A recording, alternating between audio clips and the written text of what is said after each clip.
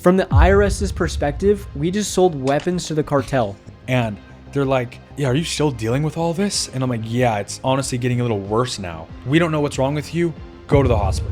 We did not hack in Minecraft, guys. I am over here answering every single comment. To this day, Oh Dear, I think, has made $3 million, if not a little more, dollars.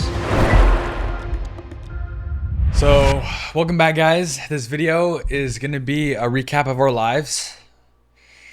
Yeah, how do we want to do this intro?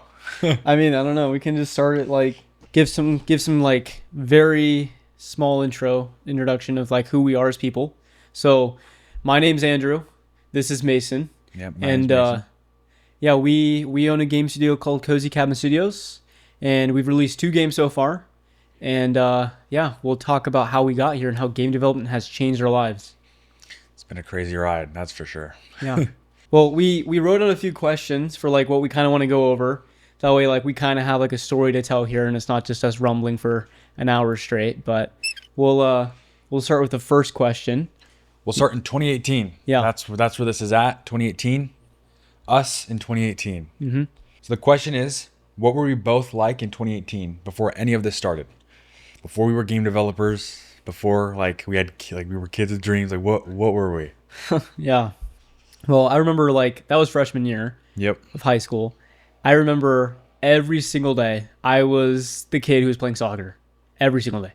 After school, I was out on the soccer field, just going crazy. Yeah. Thinking I was gonna go pro one day.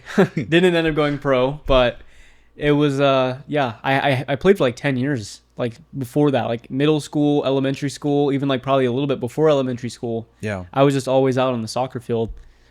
I was like doing a lot of baseball. So like we were both active, I guess. Yeah. Right. I was still in my baseball phase, but I don't know. I was like forced to do baseball. I enjoyed it.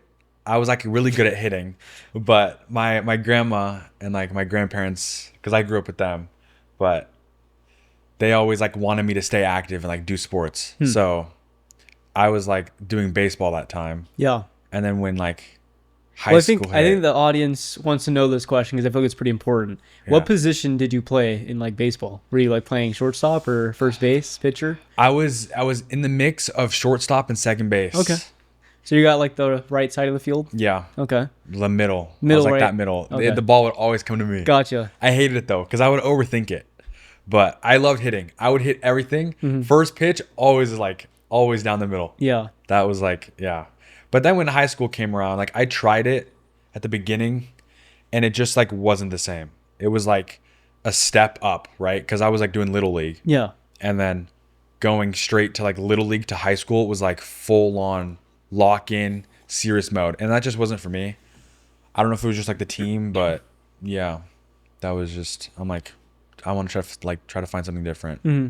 Like still stay active. So like I was like freshman year for both of us. We were just like doing sports, doing school. Yeah. Just trying to like figure ourselves out a little bit. Like figure out this high school life. Yeah, right? Exactly. Like a huge switch up. So I think we should go to the next question. How in 2018, how did gaming play a role in our lives, even when other things were taking center stage?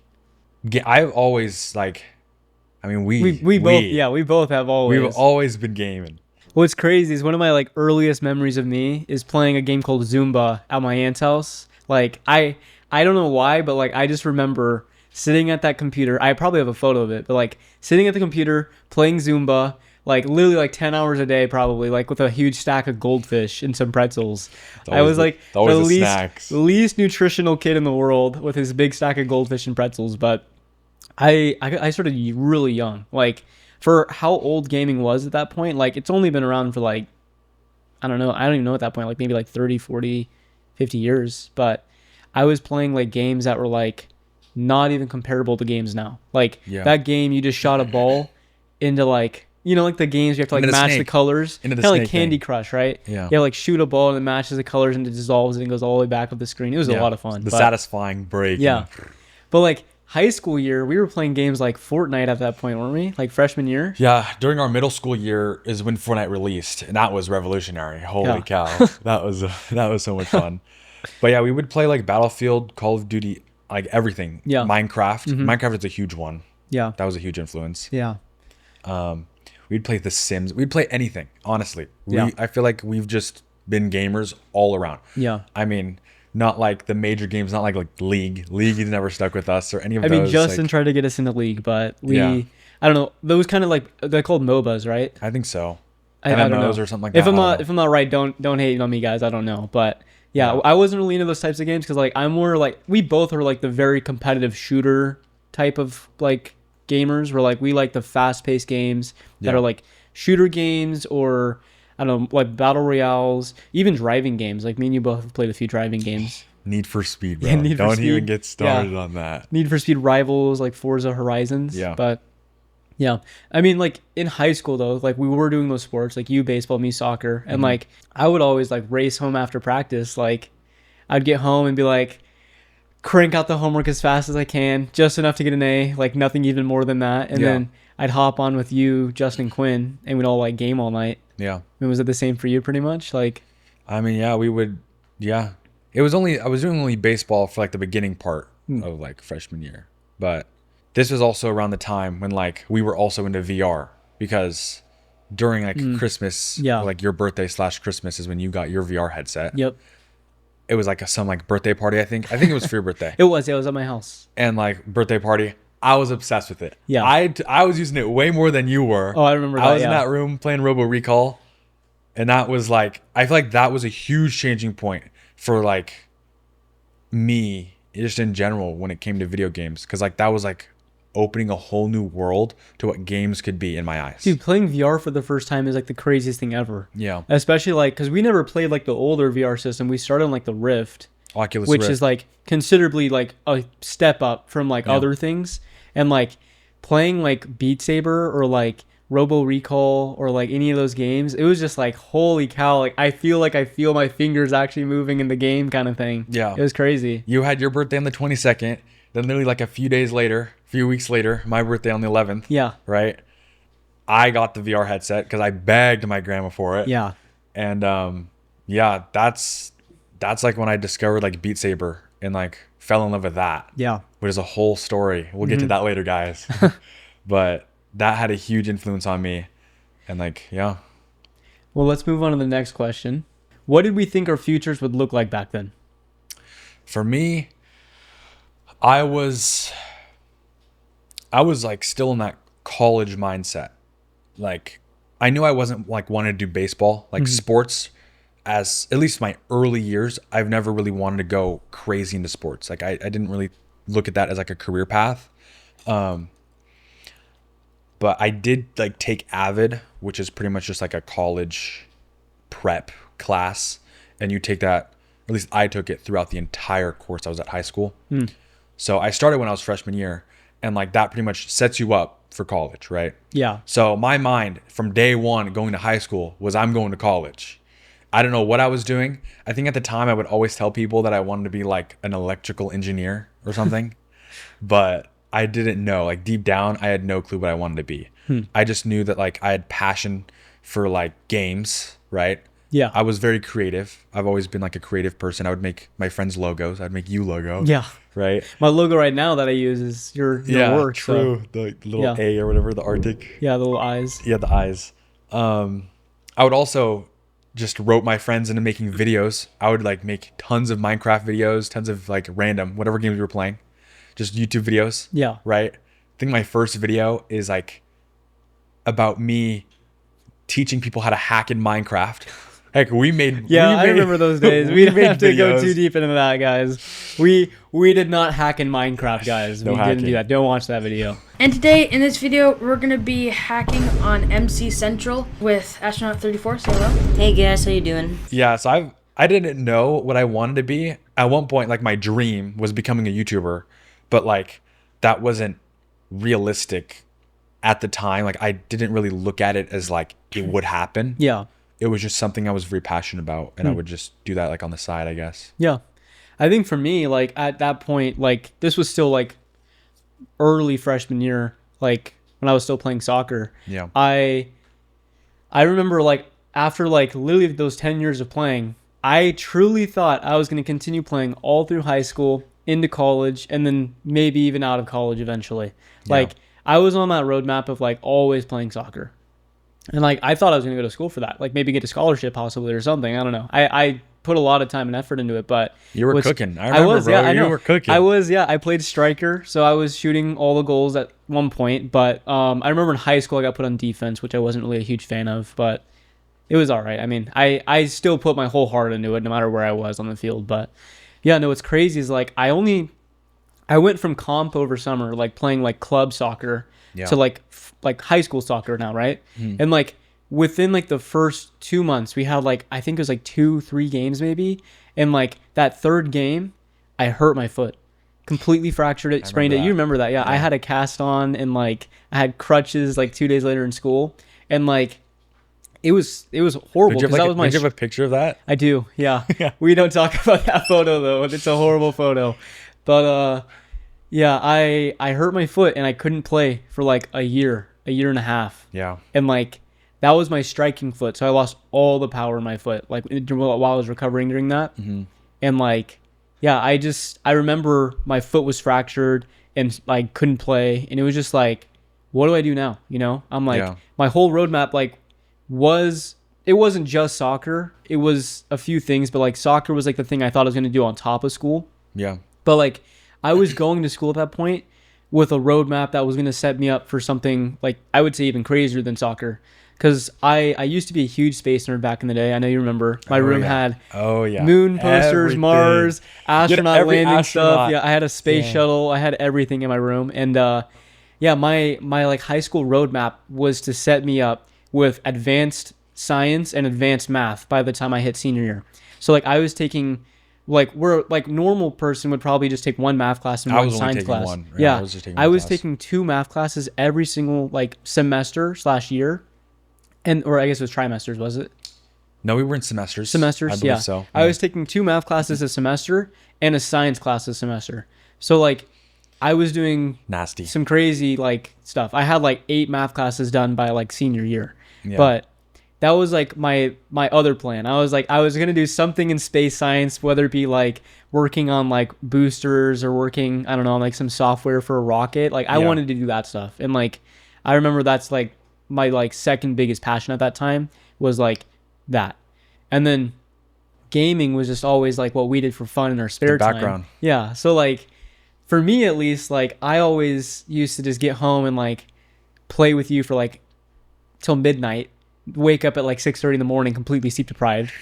But yeah, I don't know. I mean, yeah, it was definitely a very interesting time. I think that was like the point where I started to get curious how games were made, because I remember opening Unity Yeah. and I forget what the game was. It was like some game where there was a huge town over here, Like a some huge town over temple, here. You know, it was desert. I attack. forget it was. It was like I wanted to like make a game where like 2 cities fought each other, and like Yeah. it was like there were like different cultures that would like influence their battle. So like on this side it would be like I don't even remember, like knights, right? It would be like castles, catapults, Like assassins, cannons, I think. knights, yeah. And then on this side it was like more so like the desert slash like Egypt, or like, you know, like that kind of style, where like it'd be like camels and it'd be like oases and stuff like that, and it'd be like they fight like in the sand and these ones fight like on the surface the kind of thing. city. Yeah, I was like, that was the idea, and it did not Actually, go it's anywhere. Dune. Wait, you're just recreating Dune. It was way too ambitious, and I ended up scrapping it like a week later. So like I don't really have any photos of it, but it was my first time like actually like making a game, and I Learning didn't how do it Unity after that works. because I just got kind of confused and lost. So Yeah. yeah. I guess we've kind of already answered this question, but do we remember any early moments that hinted at the creative path we'd end up on? Right? I guess you kind of just answered that. Yeah, with, like, for me the it was the Unity stuff, like just making games. I made one other game, but I don't even remember what it was. It was so long ago. Yeah. Oh, we did go to that soccer, like at Sac State. We went to Oh, that code true. camp thing for Unity. Yeah. When was that? Like middle school? Yeah, it was sometime over summer, I think, during when we were still in middle school. Because like we would walk home when school was over from middle school Yeah. to your house. Yeah. And we would talk about games, how we would want to make games. Mm-hmm. That was like the first time we were like, wait, we can make a game together. I think that was like genuinely the first. But that was, I think, also when you were in Unity or whatever. Yeah. I mean, yeah, we were we made a zombie game together. Yeah, that was at the camp. So Yeah. sometime over the summer, I think we went to this camp at Sac State. Yeah. And It was like a game development in It was like Unity, C# kind of thing. yeah, it teaches you how to develop games in Unity. It wasn't like the coding. It was just more so like how to use Unity. Like it was Yeah. like just kind of like a tutorial kind of thing, like a It was meant for in-person kids. tutorial. It was Yeah, definitely meant for kids. definitely, yeah. So like But I remember like at that camp, we decided to come up with that zombie game. yeah, I And- have that on my flash Oh, drive. you still. have it? I still. We got to have show that. some gameplay of that if you have it. But if it works. the game pretty much was like you were like a 2D character, Yeah. and you could only move left or right and shoot, right? And then zombies would just spawn outside of the screen and just like horde Horde you. you. So like you would just get overrun, and there was no like game. It was just like spam until you just die. spam until you die kind of thing. It was pretty fun. Like for a first game, not bad. Like Yeah, not bad at all. but going back to the question, I guess Yeah. I would say the early moments of my childhood would probably be like creating logos or like just making YouTube videos like with you guys, like my friends, right? Mm-hmm. Yeah. So like I would have never guessed that would have led to here, no shot, which is actually crazy. I know. But yeah, I would say that is the first signs of like where we are today. Yeah. For me, I was just like the making the games, and I could not have pictured myself freshman year being a full-time game developer now. Like I know. that's just crazy to think about. I couldn't even guess that coming out of my senior year. Yeah. I think the most change in high school was our sophomore year. Yeah. I think so. I think we should talk about that now. Yeah, I'll start. So in 2019, how did TikTok, we're starting with TikTok. Okay. Going strong into 2019. Yes. How did TikTok start to impact both of our lives this year? So this is what? The end of freshman year and the start of sophomore year? Yep. So this is literally the rise of TikTok. Everyone at our school was going over it. Yeah. Everyone was obsessed. You couldn't walk more than 10 feet on campus without hearing some audio from someone's phone of some TikTok trend at the time. Yeah. I did not want to get involved at all. I remember people were like scrolling on it and saying how addicting it is. And I'm like, I'm not even going to download the app.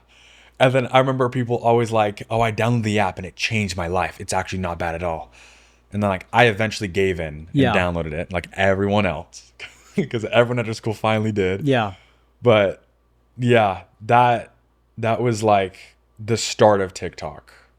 And I would say like I was still playing a lot of Beat Saber at the time. So I named myself the Beat Saber God. Had no clue. Like I was just going for it, right? I took it as a complete joke. I'm like, I'm making this account. No one's gonna watch this. Like this is just me right now. I didn't post anything on it until like later in the year.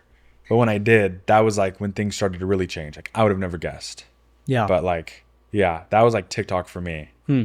It was just You were like just kind of there to look at it, and then you started creating a little bit and just like kind of see where it went from there kind of thing. yeah. Yeah. I think I started posting Beat Saber content on my YouTube first. And then I'm like, since TikTok's around and everyone's like going either viral or just showing people like viral content, I'm like, let's see what this thing's about. Yeah. So I made a few videos and I think literally my third video ended up taking off and like going viral, which was crazy. I did not expect that, but yeah, that's I guess a story for like later. Well, for me, I think I can speak for most of the audience here. I was the doom scroller, so I would just, here's my phone, here's my hand. This would be like the routine, and like I think I started cramping like a few weeks later than that. But yeah, I mean, I posted a few things on there with my sister and like my family. Yeah. Like we made like just stupid skits, trying to like just like trends, have whatever's fun. happening. Yeah, and I ended up taking them all down. I'm like 4 weeks later, I'm like, oh my god, I can't believe I posted this. Take that down. So, Try not to cringe yeah, challenge. try not to cringe challenge is exactly it. Yeah, so the next question is what pulled us deeper into creating and not just consuming content or games? I would say for me, at least for the content side, because this is when TikTok was like happening. Yeah. That was when I like started to become, I guess, or like learn what it takes to be a content creator, because I was posting like random videos. I would literally just find like a map on Beat Saber, play it, just a song that I like and then post it, right? Do you think it was your love of Beat Saber or your love of TikTok that made you post more? Definitely the love of Beat Saber. Through I games. really, yeah. So through games. Oh, Yeah. is that what that's meaning? Yeah, yeah. Okay. Yeah. I honestly didn't really care. Like I said, I made that whole account as a joke, Yeah. and I was just posting because I liked creating, Yeah. and I could I don't know, I could stay anonymous. Not that that really had, like, not that really mattered, but I know that my grandparents like cared about They're like, that. "Don't show your They're face." like, don't show your face. Yeah. Like, we don't want, like, Especially you were younger, so I like was young. it makes sense. Like Well, I you was don't like- want to be like we were like 15, 16 years old. yeah, yeah, right about. Nasty. Yeah, like you don't need your face on there that young cuz like Yeah. your content's focused on Beat Saber at that point. So like you're wearing a VR headset for the most part. I mean, Yeah. yeah. It honestly felt nice. It made me like feel like I can express myself without showing my face, without any repercussions. Yeah. And it was kind of nice, especially like with that viral video. I was blown away. I'm like, what the heck is this? Like, this could be crazy. And I'm like, might as well just keep posting because I got a lot of support from it and people like seemed interested. So Yeah. I'm like, I'll just keep posting and see where it goes. Not really for the fame, but just for like myself and like something to do. Yeah. Well, sophomore year for me, I remember yeah, so since I was home a lot more from soccer because I at that point I was just healing and watching you go crazy in VR. Yeah. I remember that like gaming was probably like the most significant thing for me because like I couldn't exercise, I couldn't run. I tried to just stay like fit, like I do push-ups and stuff like that. But like I remember mean, that actually. it does. It only remember you yeah. doing I used to do like 100 a day. I had to like really scale up to that. I but remember like you had the app and everything. yeah, I was trying my hardest to stay in shape, but I just because I was just sitting all day, like I would just be on my phone or on a game or something, and like even VR, like I would just play Beat Saber sitting down or like have a crutch playing Beat Saber because I was trying to like have some movement, you know. Yeah. But it was around that point I made my second Unity game or like my second official like just me Unity game, and that was the VR game. 'Cause I was, Oh my yeah, gosh. I was like, oh my gosh, VR was so early much days. fun that like I literally was like, I'm gonna make this. Yeah. I'm like, this is so much fun. I open up Unity, I throw in a VR template, trying to make a game, and I'm like, I can't do this. I'm Wasn't like, it- this is so much harder. Wasn't it like a shopping game or Yeah, a yeah, shopping yeah. game? So the idea was that there'd be a player who's on their computer, right? Mm-hmm. And they would be playing the game as a like mall cop, right? Yeah. And you're in this giant mall with a ton of stores, right? And then other players would join in VR and they would be the shoppers, right? They'd have a shopping list Yeah. and they'd have to like find all these items in the mall and steal them without the mall cop finding them, right? But the thing is, since you're in VR, you have to control your hands to like make it look Move. like the NPCs in the map. So Oh, like I see. it was a very social deduction, right? It was Yeah. like that kind of style. Early Early deduction. social deduction. No hints there, guys, but yeah, it was a very ambitious idea for someone who didn't even know how to use Unity fully. Like Yeah. I didn't even open Blender. I was making the map out of cubes and like shaping the cubes different ways to make the map. I remember you even like investing into like that asset pack. Yeah. Like the whole like Yeah, store I front. remember that. Yeah, I used to buy a bunch of asset packs at that point and be like just putting stuff in. Yeah. But yeah, for anyone who wants to see what that game looked like, I have like one photo and it's horrible and it's crooked and it's like blurry. So he can put it on screen, but I don't know if it'll be worth seeing. That one's probably gonna go in the trash. But Yeah. yeah, All right, our third question for 2019. When did we start seeing signs that our hobbies could be something more? So, I mean, for me, it just goes back to the TikTok, I guess, right? When I started gaining traction, I would say that's when like maybe I could just keep doing this, right? Not really for the fame, but just like, oh, this is kind of cool. Like, how Yeah. far can I take this? Like, I had no idea where it would go. So I guess that is like my early signs of where like my hobby, which is just YouTube content creation, Beat Saber. Beat Saber, Yeah, could maybe be something more. Like, I didn't know. I was like, what? We were sophomores, freshman, sophomore. yeah. How old were we at this point? Like 15, 16. Yeah. I think you literally, yeah, babies. yeah, So- literally yeah. But yeah, I'd say that's like, I guess the signs, but I don't know. Yeah, I think for me, like the biggest thing, I don't even know. Like for me, I just like I didn't really know I was going to become a game developer at that point. I knew that I just like, for me, it was definitely a hobby, like just like opening Unity and trying to make a project. And like, it never really went further than that for me. Cause like, I didn't know what I was doing and I didn't really have like the time or energy to like fully invest myself like you did. But I'm envy of that, obviously. But for me, like, I just more so just stayed in the regular high school loop, like at that point of just like do homework, play games, get good grades in my classes, try to do good on my tests, stuff like that. But yeah. All right, the next question. Yeah. Do we remember the first time we really felt like we were getting good at something digital? I don't think we need to answer that question. How did we support or influence each other at this time? I think for me, like, watching you posting your Beat Saber content was like crazy. I was like, bro is actually making good content that I would watch. And like, I was also there watching you make it sometimes, like watching you at home. Yeah. And like, it was very inspiring for me because like I don't know, like I was just like healing, resting, and like I think I had my cast off at that point, like later in the year. Yeah. And like I remember like playing that one boxing game at your house. Oh, I have a clip of that. You do, yeah. That's a legendary clip. I know. And I was like, VR is like such a cool way to like get started in content creation because VR in itself is a very like niche gaming category. Yeah. Because like it's expensive, like it's a little bit more expensive than very expensive entry. Yeah, like because like you have to buy the headset, and you also like at that point you needed a computer as well that could run the Rift. Yeah, and you also had to buy like the games are like $60, $20. Now like, you just buy the headset and you could do it all. Yeah, exactly. It's like all in one thing. Back then, you had to buy like the whole sensors, setup, those sensors, all like, of it. Yeah, but like I remember like watching you making that like those maps for Beat Saber and like editing it and then posting it, and I'm like, that's like such a cool hobby to have. It was super sick. I wasn't doing that necessarily in 2019, but I did eventually get into that like later. Yeah. In my career. Well, I mean, not more so like the crazy edits, but like just more so like just like the playing the games and like just trying to get a perfect score. The early mornings, stages. Yeah, actually, you are right because I remember we made some maps. Together. I made them at your house with you. Yeah. And we would like just play the songs. That was when we were trying to get custom songs. Yeah. Yeah. Oh boy. All right. So now we are on to 2020, which for those of you who don't know what happened in 2020, consider yourself lucky. But for those of you who do, I think you know where this is heading.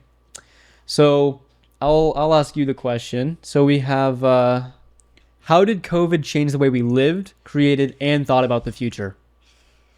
Well, what were we doing here? This is 2020. Yeah. So this is the end of our sophomore year, start of our junior year. Yeah. This is the crazy turn. We were doing. We just ended cross country at that point. Yeah, that's what I was about to get to. So after like the beginning of freshman year, when you were doing soccer and like that was I got hurt. You got hurt. I was doing baseball. I didn't like it. Yeah. Right. The end of freshman year is when I discovered track, and I fell in love with track. Like the team, the coach, like it was amazing. I'm like, I want you to do this with me. Yeah. I want, like all my friends. I was injured at that point though, so I couldn't run track. Injured. Yeah. But next year comes around, right? Yeah. Sophomore is where we're at now. Yeah. Right. I did cross country because I didn't do it freshman year, so I did cross country. Also fell in love with that, even though distance sucks. I'm a sprinter, but I made the most of it. Right. Yeah. And then yeah, so that was like my active, like that was me still staying active, and I found way more love in like running than like I ever did in baseball. I guess it's more just like a solo, like an individual sport. I guess that's why. Yeah. But yeah, and then now I still want to do this. I think I finally roped you into doing it. Yeah, because I healed like, what was it, like right at the beginning of sophomore year, like is when cross country started. Yeah. Yeah. So like I healed, I think over the summer, like the transition to freshman and sophomore. And like, I still wasn't 100%. It's like I still had to take it a little easy, but I remember like just getting back into running with you. Right. Yeah. And that's when you roped me into cross country. Like, don't play soccer. Like cross country is so much better. You should do running with me. Cause like it's way harder. Like I've played soccer. It is a very hard sport and it has a very high skill ceiling, but there's something about like pushing your body to its absolute max when running that like you just can't really get in another sport. Exactly. Like for other sports, running is the conditioning you do, which is like what all athletes hate, right? Yeah. Like football players, soccer players. Like I think most people would argue that running is like not their favorite thing in the world. Yeah. And for cross country people, that is your sport. That is what you do. Yeah. You So like for run. me, it was really challenging because like in soccer, like I'm used to sprinting and running, but like I was never good at running long distance or like running for a Yeah. long extended amount of time because like I'm a little bit shorter, so like my strides aren't long. But I remember cross country, like that was a whole new world, and it was fun. It was fun. Very It was a lot of competitive. fun. You're like you're in your head the whole race. It and is. like It's a mind battle, Yeah. bro. It's a 1v1 you're like yourself. you're like I can do this, I can do this, I can do this, and like you're halfway through the race, like I can't do this, I can't do this. You're halfway through the race, Yeah. gassed. Yeah, you're your absolutely legs gassed. hurt. You're Yeah. breathing like that. Your heart feels like it's about to pop. and then like, you got one more hill. yeah, and then there's the last Nah. like killer hill. Yeah, exactly. But Yeah, so that was right before COVID, right in 2020. before COVID. Yeah, So we finished our cross country season, yeah, sophomore year, right? freshman, sophomore, yeah. And then 2020, Was which junior is year. June, No. but it's also the end of sophomore year. Yeah. And that was when we did track. I roped you into track. Yes. And we just came out of cross country. We were going into track. We were gonna cook. We were so hyped. I think Yeah. this was like honestly Wasn't one the of- first days of like track season? I think this was like honestly like the most in shape I've been. Like one of like definitely one of the most peak. Yeah. Right. Yeah. But no, we did a few meets. We did a couple meets and a couple practices. I think it was literally at a couple meet. We just did like our third meet, second meet. It was just over. We just stopped Yeah. because like COVID was happening. I remember hearing things about COVID and like, oh yeah, it's never gonna really affect It was us. crazy how fast that was. Cause like I remember like I was taking my language class. I think I was taking French at the time. I remember sitting in my French class and like we were just having like a little like a chill like downtime period. And I was like on my laptop or like the Chromebook while we were there. Yeah. And I was just looking up some stuff and like saw this thing pop up about like someone in China or like someone in like Asia died because of COVID. And it shows a video of them like standing at a subway and then like just fall over, right? And you're like, what the heck is that, you know? And like that's when it first got on my radar. Yeah. And I remember like a few days later, like I looked up COVID again and it was like there's cases now in like most countries of the world. And I'm like, that's crazy. I remember you showing me some of that and Yeah. like how it finally came That to was the US. that was like even before like it was on like major news like articles and stuff. Like that was just like some random post. Like I don't know how I saw that. But like I should have really stocked up on some toilet paper at that point. True. No, but Who would have guessed? no one that would the have known first how one- that like would have played out. But it's crazy know. because like you were saying, we were in our start of our track season, about to go crazy, and then like all of a sudden like everyone's like, you guys need to wear masks because everyone is getting sick right now. Yeah. And like I remember being in my weights class like for PE and like I was wearing my mask and my teacher was talking and he's like, you guys are experiencing something that for like has not happened in a long time in history. Like for at least in the US. Like there has never been a global pandemic like this in probably, I don't even know, like Yeah. ever maybe. Like I know there's been pandemics, but like I don't think to the same scale. Yeah. Because like the world has changed so much since like in the past. But he was like, this is gonna be something that's gonna like be written in history. Is like COVID. Bro called it. Yeah. He did. And it was crazy because like 3 days later the schools got shut down. Yeah, and that's we what were I done. remember. Yeah. That's what I remember. It started off with just like a few days off school, and we're like, oh, we'll be back in a week. We just Yeah. have to wear masks. And that slowly turned into weeks. Yeah. And then months. And then pretty much the whole year was now online. Yep. And like that was gone. Switching from that like in person to online class, no one was ready for that. Teachers weren't ready. Yeah. Like It was rushed. it was bad. Yeah. It was really bad. I remember we had like I think it was like ingenuity or something like that. And like Bro, teachers actual like, it wasn't even the teacher's curriculum. It was like this online curriculum. yeah. It's like multiple choice questions. Zoom wasn't even a thing. Yeah. They weren't even like ready for that yet. Like they didn't even know how to use Zoom. They didn't have the training for that or anything. And like they just gave us this online course and we're like just fill out this multiple choice like thing and then we'll say you pass sophomore year, you know? Yeah. Because like that's what they had to do at that point. Yeah. I remember like my TikTok career around then was like I stopped posting because that was when things were getting serious. And Yeah. like we were also doing track. Yeah. So like I was focused on other stuff. I was also just kind of burnt out at TikTok at that point because I was just doing the same thing. But like now, since we had no school and we were all online, that's when I started to like post again. And I think that was like when I really started to like fall in love with like content creation, or like just understand what it takes to be a content creator. Yeah. Cause like that was when I don't know, I just had so much time at home. I'm like, might as well put this to use, right? Yeah. And like do something. So I'm not just like sitting home, like, I guess like, I don't know, going insane. I don't know. Well, that brings us to our next question perfectly. What was it like going from running every day to being stuck inside? Yeah. Honestly, yeah, it was definitely a shift at first, but like I just said, I would say just it pushed. I just like I still had my creative mind. I still wanted to do something, so I just went back to TikTok and started making more videos. I think I had like a small fan base at that time. I don't know how many followers, but yeah, that was when I guess started exploring Yeah. TikTok. For me, like once track like was put on pause, like I remember like I was so excited for that track season. It just like never happened. So Right. was I, bro. That was And gonna be like so much fun. because I only did cross country for like a short period, I didn't really feel like I was a runner yet. Like I felt like I was still like getting into running. So like I it was very hard for me to be motivated without other people holding me accountable for running. Yeah. So I remember just being home playing games and like just being bored out of my mind because those school like those school courses we finished in like 15 minutes every day. I know. They Like, were we went they from weren't ready. six- Like We went from 6 hours of school to like 15 minutes of reading a questionnaire and like you're done for Yeah. all of the classes, yeah. which is just crazy. I'm like, I don't even know how that's possible, but we were just left with so much free time. And like my parents were a little strict. So like I wasn't allowed to like do too much out of the house because like I have older people that like they can't get sick and Yeah. like it's just an issue there.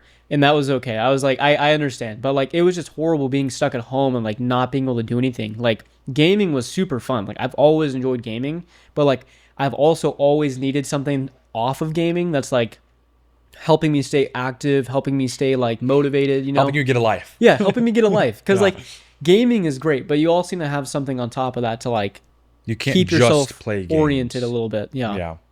But for me, like just no longer running and being stuck inside, it was just really like it was hard. It was very hard. It was a change. No one like expected it. Like, Yeah. Yeah. In what ways did we struggle during this time, during COVID? And how did we cope?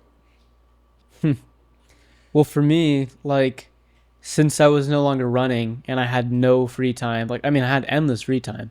I had like no fun time, as I was trying to say, besides like gaming. But like you can only game for so many hours straight before like you're like, I'm out of games to play. Yeah. And like my friends are doing like whatever, you know, like you're in VR. I was talking with you about all that, but like for me, like I knew I needed something different because my mind just felt like it was just like not getting what it needed at that point. Yeah. So that's about the time I started applying for some jobs. I remember that. Yeah, this was like like this time frame's a little weird, but like COVID started and hit really hard, and then this is more so like when it was kind of starting to like be Loosen more up. of a normal thing. So it was around that point that I was like, I think I can just find a job at like some place that was considered like an essential job at the point, like you know, like how some jobs were open and some weren't. This is junior year of Yeah. high school. This The is start of junior year. Start of junior year. So like this was right before junior started, Yeah. because like I think we started in I want to say like August. August, I think. Possibly. Yeah. And it ended in May. But I remember like I just needed to do something and I got a car at that point. So like I started having car payments and like this was when the DMV just opened. I have a whole story Oh here. my gosh. So I literally was gonna The get DMV. Yeah, I passed my driving test or like the you know like the online test Yeah. way before COVID, right? And I was just being a little procrastinator. Like I didn't go get my driving like license and like actually pass the driving test. And I was like, you know what? I'm gonna schedule it, right? I scheduled my driving test. It's about to come. And then like, oh, what? COVID. That's weird. Okay. Put it away. A few weeks later, I'm like, okay, my driving test is about to come. I look, COVID is like literally about to like take over everything, right? Yeah. And that's when school shut down, the DMV shut down, like pretty much the whole world shut down.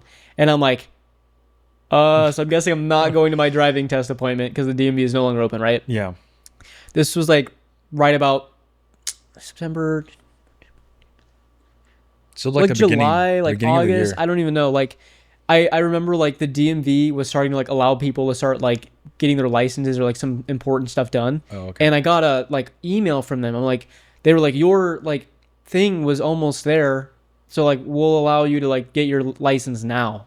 And this was like still during COVID. So like I wore a mask. I went in the DMV. took my Yeah. photo, did my driving test, and I'm like, all right, I got a license now. I'm like, okay, sweet. Easy And enough. yeah, I think that was like, since I had my license, I was like, I need to get a car so I can actually get a job. And Yeah. then now that job can support me having the car. Yeah. So I got a car.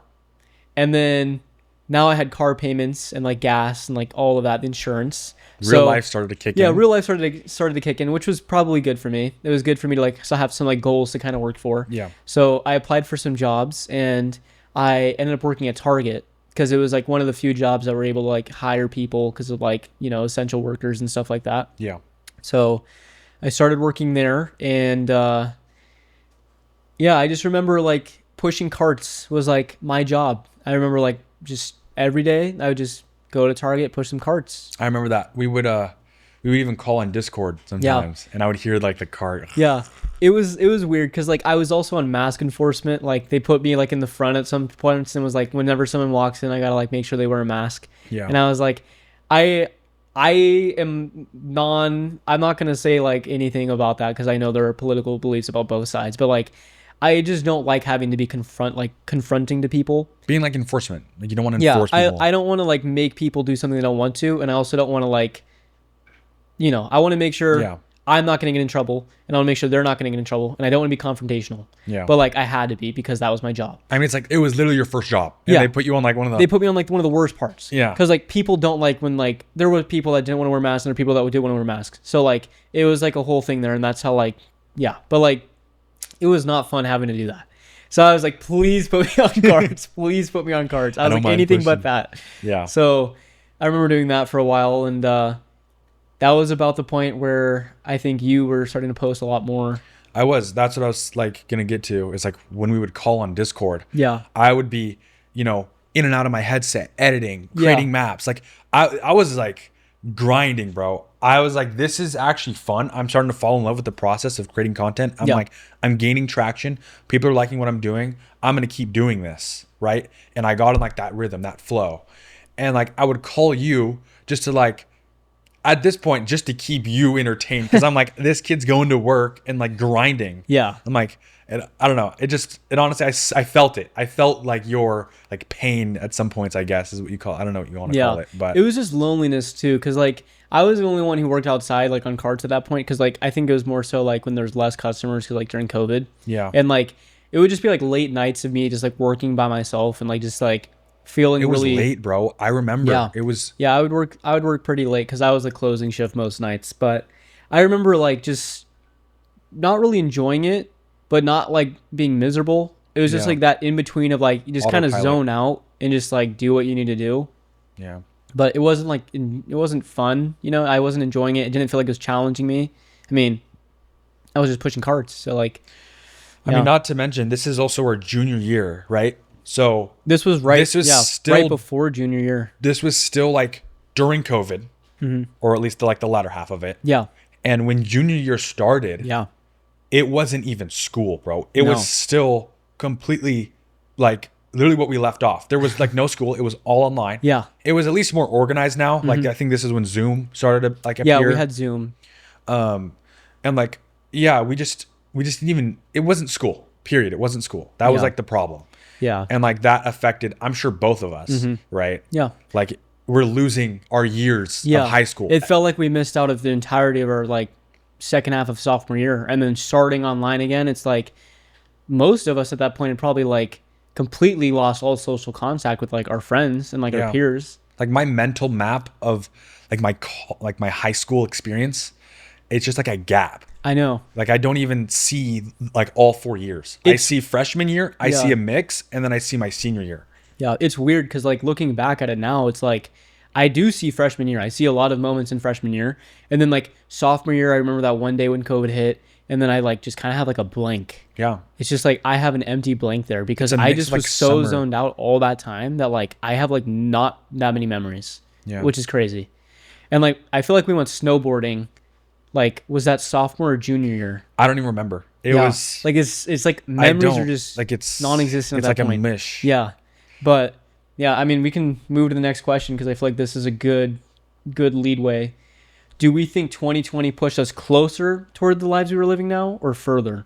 I would say for me, it definitely pushed me closer, just because that was when I like was on that grind. Yeah. Like that was like my early grind of content creation that I can like I fell in love with. Mm-hmm. I can do. I don't have to rely on my friends. Yeah. I don't have to show my face, and I can just like people are liking it. Yeah. Right. So I would say that was like when like I said earlier, truly started to see myself, I guess, as a content creator, Mm-hmm. not necessarily doing it full time or as like a long-term like career, but more so of just like understanding that process. Yeah. I think for me, like, obviously 2020 led me to where I am now. But like for my goals, I feel like it was a step back from my goals because at that time, like I obviously was needing to make the car payments and pay for gas and pay for insurance. So like I needed to have a job at that point. But like it was just kind of frustrating because like once I realized that I wasn't happy there, I couldn't change anything. Because Yeah. like I had already committed and I already had that whole situation like set up, but like I wasn't happy, you know? Like I am a creative person, even though I am like the developer, so like I'm coding, but like Yeah. I am the creative person that like I want to be creating something. Yeah. So like when I felt like everything that I did that day got reset the next day, because like, you know, I was on carts or I was on mass enforcement. Like the thing about like a grocery store is like it all happens again and again and again. And like there's not really like an overarching like goal besides trying to make sure customers are happy, making sure like you're doing what you need to do. But like for me, like I wanted to be the person that was like making steps every single day towards something really big or something really like just creative. Yeah. Yeah. So working at Target for me, like that start of like junior year with like the Zoom calls and stuff, it just felt like I was taking a step back. But I still think it led me to where I am now for sure. Yeah. Because I think it's important that everyone at some point or another has a job in retail or fast food or something like that. Because like it teaches you how those people are living and it teaches you how those people are like going through the motions, just trying to like figure out their lives, right? Yeah. And like there are people that they do work that full time and they enjoy it and they're happy there and that's good for them. But like not everyone is like that. Some people seek out other things, which is okay as well. But like it's important to at least know that like that is happening, What they're experiencing. what they're experiencing, how they're feeling, and it teaches you to be like more opening to those kinds of things. Like don't be rude to someone at the gas station. Don't be rude to someone at the fast food place or the grocery store. Like you have to understand like this is their job. They may not enjoy doing it, but they are. And like there's just got to be like a bit of an understanding there for like just, you know, understanding how those people are living their lives. Yeah. I feel like that's a good view. Yeah. So 2021, I would say this is like when we started to find ourselves, like kind of what we wanted to do, right? What were our lives actually like during junior year?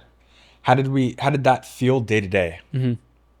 So junior year school is still not normal at all. Not in the slightest. The start of junior year, like I said earlier, was all online. So not even school, to be honest.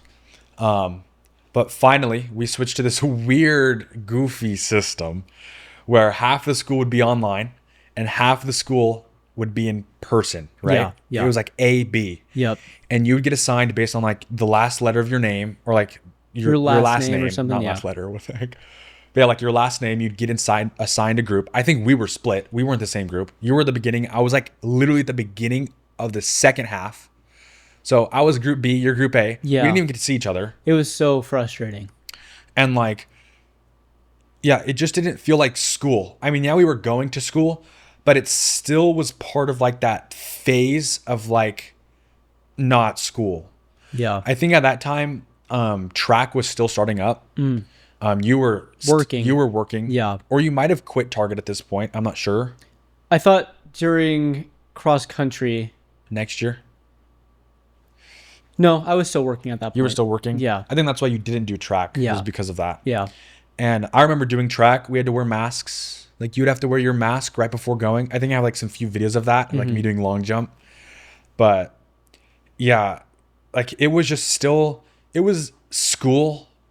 Not really what we remembered from freshman year. But yeah, that was tough still. I remember like I think my first class was like I want to say like maybe physics or something like that. Mm-hmm. And like I remember getting back and like sitting in that physics class, and like half of my classmates were there. Like only half of my class was there. Yeah. And I'm looking Yeah, around at you're right. everybody, and like there's empty desks, and like every other one would be like a person, but like they're all scattered. And I was like, no one's talking. No one's saying anything. No one looks happy. The teachers are wearing a mask. We're all wearing masks. And like everyone just seemed like they were gloomy, sad, and like depressed. Yeah. It was crazy. Like I remember like you couldn't even talk to someone without like yelling, you know, because like they were sitting so far It was like, away. yeah, you had a desk in between. Yeah. I remember that. That's so weird. I felt forgot like we about were that. all so antisocial coming back because like we all forgot like how to like have a conversation. On top of that, we were all wearing masks. Yeah. So like that was just like another layer of like you don't even Like, have to show each other. Like, you don't have to anonymity show or your something. face. Yeah. Right? Yeah. You could just be dead silent. I know. Oh my gosh, you just reminded me that like yeah, half was at school and half was online. Yeah. But like this we were at the same time. Yeah. Remember like the teacher would start the The Zoom call? Yeah. Yeah, yeah, I That's know. I forgot about that. What's so funny that you mentioned that too is there was one class where the camera was like literally right next to me. And it was facing the Oh. teacher. So like, the very front of my face was in the Zoom call. I was like literally sitting as far back in my chair as I could at that point because I was Yeah. like, I don't want half the face to be looking at like literally the outline of my nose during like the Zoom Got call. a side profile. Yeah, it was so funny. It was not a good side profile, but yeah. But day to day it was just it didn't feel like school, but it felt like we were forced at school, if that makes sense. Yeah, I honestly feel like it was just like that weird phase where like no one felt like they knew each other at that point again. Like Yeah. we came back and everyone felt like strangers again because Yeah. it had been so long. Yeah. And like for me, like going out of school, like we'd finish our classes, and then was it only half days or full days? It was like always something random. It was really weird. Yeah, and then I remember like getting out of school, getting home, having a quick snack, and then heading to work, and then working until like night, and then Oh. I'd wake up the next morning on a Zoom call because it was the other day, and I'd be in the Zoom calls. I'd have a snack, go to work, come back, go to class, get a snack, go to work. You know, like it was that loop. I was getting burnt out. Yeah. Because like even at work, like I felt like most of my coworkers were pretty quiet at that point. Like because like you know the mask just kind of had like one more layer of like you can be a little more isolated. You know. Yeah. And like I remember like just like feeling so burnt out at one point. I was like, I feel like I am just so off of the path I thought I was supposed to be on at this point. Yeah. I don't know, but yeah, that's how it was for me. It was just like burnout was just hitting me. Yeah. What were we learning outside of school that felt way more valuable? Yeah, this is 2021. Yeah. So at this point, this is the beginning of the year, right? Because this is still junior year. Yeah, junior year. So school's still not normal, right? We just talked about that. But yeah, so this was when TikTok, I was still doing a bunch of TikTok, right? TikTok's still gone nowhere, right? Everyone's still using it at school, if not more now, because they've just been home doom scrolling, Yeah. right? I think that was a huge, now that I just said it, I think that was a huge like growth of TikTok was during COVID because everyone's at home. Yeah. But anyways, at this point, the beginning of 2021, or like the whole 2021 just in general, was when I started to like discover how to like go viral, I guess, right? You're trend hopping. Yeah, I was trying something new, right? Because at this time I was just posting just songs I would play. Yeah. And that would get views, right? People would like it, people would enjoy it. But it just kept getting too repetitive. And I'm like, this really isn't like teaching me anything. I don't really feel as inspired anymore. Yeah. Right. So I remember trying to try something new and see what would happen. And this is when I just started like discovering trends. Like I started taking trends more seriously. I'm like, wait, what if I used a trend and made it Beat Saber themed, right? What would happen? Because that still hits my target audience and people might find that cool, right? And like I find it cool, like maybe someone else will. So I remember there was this one trend. This was literally like the turning point of like my mental. It was the wipe it down challenge. You remember that? Oh yes. Yeah. Why wipe it down, The right? thirst trap challenge. I don't even, yeah, I think it was a thirst trap Yeah, challenge. I I remember forget that. what the challenge was. I don't Yeah. even remember it. But they would do that same motion And I remember doing it, and I'm like, wait, what if I just like do a transition to like real life of me playing Beat Saber and then back, right? I'm like, what would happen? Yeah. And I did it, and it went viral. Like I did not expect it to go viral. I'm like, what happens if I do this? And like when that happened, I'm like, wait, this could be like, I guess, I don't know. It just opened my eyes, I guess, to like the potential Yeah. of getting out of my comfort zone and being more creative than just playing songs. I'm like, wait, what if I do transitions? What if I try to challenge myself, get better with editing, and do things that people haven't seen in VR? Yeah. Right? Yeah. Because people, like, they see Beat Saber, they see someone playing it, like, okay, that only goes so far. But like, what if I could change that and like use my creativity to like get a different spin on it, I guess. So I would say that trend and like that moment of me discovering that really opened my eyes to like, holy cow, there's an endless amount of things I can do with this, not just play songs that people like. I can like use the visions that I have and just kind of, create my own things that people just can't see anywhere else. Yeah. Right. And I was remember very watching inspiring. your videos, and I'm like, this is like super cool content. I was like, Yeah. I remember, I don't know what year this was, but like that one metal, like the anvil. Yeah, and, like, that was another the trend. sheet. Yeah, that Yeah. was such a good video. I just, all those edits were so cool. And like, I remember watching these because like I was at Target, and like I would just be like in my car at lunch just watching, and like I'd be scrolling, and I clicked your channel. I'd be scrolling, and I'm like, holy cow, bro got like 300K, 400K on this Yeah. video, like actually crazy. And I was just like, dang, that's like insane. I'm like, I want to be doing stuff like that too right now. Yeah. I was like, that looks like so much fun. And I remember I think it was like, this was like after like almost a full year of me working at Target, or like maybe a little less. And I Yeah. was like, I just got to change something. Yeah. I was like, something's got to change, because like I feel like I'm just like in a zone out phase where like I'm not progressing where I want to be. And like school no longer felt like school. So like I felt like I wasn't even like on a good roadmap to what I wanted to do in like science or like in space science. Yeah. And I was like, I'm going to change something. So I ended up quitting. And I know you remember that because yeah. I was super excited when I told you that. I just felt like joy come back into my like life. I was like, You were oh my you gosh. again. Yeah, I was finally me again. Yeah. And this was the point where like I came back and was like watching you play VR and like Beat Saber. I'm like, this is so much fun. I'm like, this is crazy. Yeah. And I remember at that point I was like, you should start teaching me how to edit, because I was like, I want to start editing my own stuff, like some other games and stuff like Yeah. that. And like you taught me, we made some crazy stuff. I remember like We can throw some like, up on the Valorant at that point, and like, yeah, I just it was so much fun. And then that was when I also found Blender, like, that which phase. that's crazy in itself. Like Blender, like all the stuff I was making in there.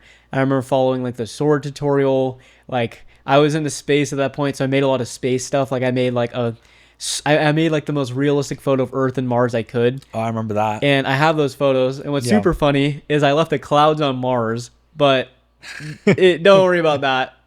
Hey, I Hey, mean, fake photos, guys. Don't worry. But yeah, it was just crazy. And that was when like my Blender phase really started to take off. Like I was making cool stuff. Like I remember making like a record player falling in water, because like Yep. I think it's called caustics. Like I remember caustics like in pool where like sun hits water and like it makes that Yeah. cool effect. the illusion of water. I wanted to learn about that, and I was like, that's so cool. So I made like a record player falling in water, and then I made like a bank vault open. I think it was like my first animation I made, and like it was super scuffed. Like I remember like the pole got cut Yeah. off by the bar, and then I tried to make something off of something I've seen, like off of reference. So I think it was like a photo from like the Joker film, like the movie The Joker, and like it was a hallway scene, and I remade it. Oh, yes. Yeah, I remade that and like had like a cool video The play liquid. out. Yeah, like some like black tar come out of it. Yeah. And then I think right after that was oh man, what did I make after that? I thought there was one more. The Valorant It was the Valorant edits. or the running one. Yeah, I don't know. It was just like a blur of a bunch of Blender, so it was like a lot of Blender. But I remember you were obsessed with Blender, and it like rubbed off on me. yeah, it was the Valorant render in the like Like that dark the scene. forest? Yes, yeah. Yeah. But I remember you like being so obsessed with Blender, right? I remember watching you do that, like the Joker one with like Yeah. the liquid.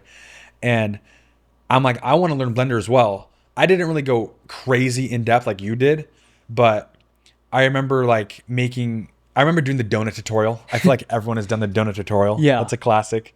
But yeah, I remember your love for that. Mm-hmm. That was pretty cool. That was like right about when junior year ended and summer was starting. Yeah. And like now that I was done with Target, like I remember you're like cross country starting back up. We got to do it again. Remember that? I was also, cross country was starting back up. I think I was close to hitting 400,000 followers. Yeah. So I'm like on the rise. Yeah, you're going crazy. I'm cooking. You're finally free. And I'm making crazy stuff in Blender and like learning skills to like make like assets and stuff for like We anything. pretty much had the whole summer, right? Yeah. This was also, I think, when Battlefield 2042 Yeah, probably released. came out. Remember Yeah. that? Yeah. So we were living the dream. Yeah. Right. And then over summer, I just finished the cross country season earlier that year. Mm-hmm. You weren't in cross country because you were working, but I remember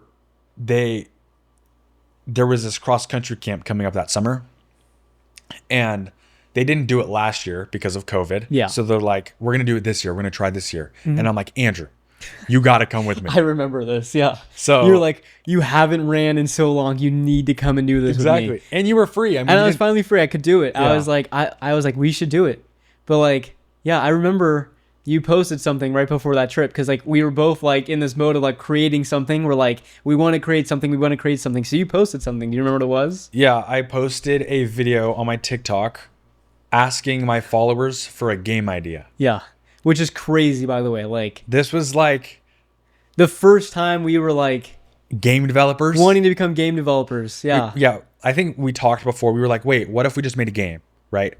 But instead of us coming up with the idea, let me ask my followers, because I had a decent amount at that time, and I'm like, let's see what they can come up with. And once we come back from this cross country camp, we'll make something. We had no clue what it was, but we were like YOLO. Yeah. And at the camp, we didn't have our phones at all. No. Yeah. There was no access to our phones. I remember that. So we were had, like, kind of no like photos of it We were either. kind of like antsy Yeah. over that entire time. But yeah, I think that was the first, I guess, like hint that we could do something together, right? Yeah. Bring our skills together. And I think this is right about the point when I switched to like Unreal Engine too, because like I remember like learning about Unity and Unreal Engine, Yeah. and we were like, we want to make high quality games, and like Unity is very good for beginners, but Unreal kind of like I think they just do it a little different, to where like the shading looks a little different, the lighting looks different. Yeah. And I remember your top subscribers comment, I'm pretty sure, was something about making a like multiplayer frisbee shooter or Yeah. something like that. And we were like, huh, that's like such a weird idea. I'm like, how do you make a frisbee shooter, right? And then I think together we both like were like thinking of like some ideas, and like I think one of us was like, that sounds like a lot like Disc Wars from Tron. Tron. Like, you know, that like yes. that epic scene of like the dude like throwing the disc, doing like crazy flips and stuff. Yeah. Yeah. The 1v1, like Yeah. right when he spawns And we were in. like, that is such a good idea to like take that game and like make something like that. Yeah. Like a first person like Disc Wars Tron game. Yeah. Obviously different, so we don't get copywritten from like Disney or like whoever it was at the time, but just like an idea. It was like going to that. be called Prism. Prism. That was the yeah, name. Prism. Prism was our first baby. Yeah. It never went anywhere. That was like the first game we both like, besides the one at like Sac State middle Yeah. school. That was like our first game we like tried to make. And like I remember we had Aiden, like Yeah, Aiden was the also music at the guy. camp. He was at that camp. So Yeah. he was there and like talking with us. He was also there day one. Yeah. Right? Yeah. And he was like he was starting to get into music, and he was into music at that point. And he's like, I could make some fire music for that like game. And like we could all like make the game, and like I'll make the music, you guys make the game. Yeah. He And, was also at the camp. We would just sit at the bench. I remember us sitting at the bench and just like talking about this game. We were Yeah. like, we're going to add all this crazy stuff, right? Yeah, we were way too ambitious. We that's were ready sure. for it. Yeah. And like even when we got back, we were on top of that grind. We were. Right? Yeah. Like we even I remember modeling up a character like super low poly. Yeah. And like I remember the disc. I made the disc, and it looked so disc. cool. the whole concept was like hype, right? Aiden was cooking on the music Aiden too. cooked Yeah. on that music. We are gonna use that music one way or another somewhere. Like it's so good. But yeah, I even made a main menu for it, right? Yeah, In Blender. you have a video of it. I do. If I can find it. Yeah. I should be able to find it.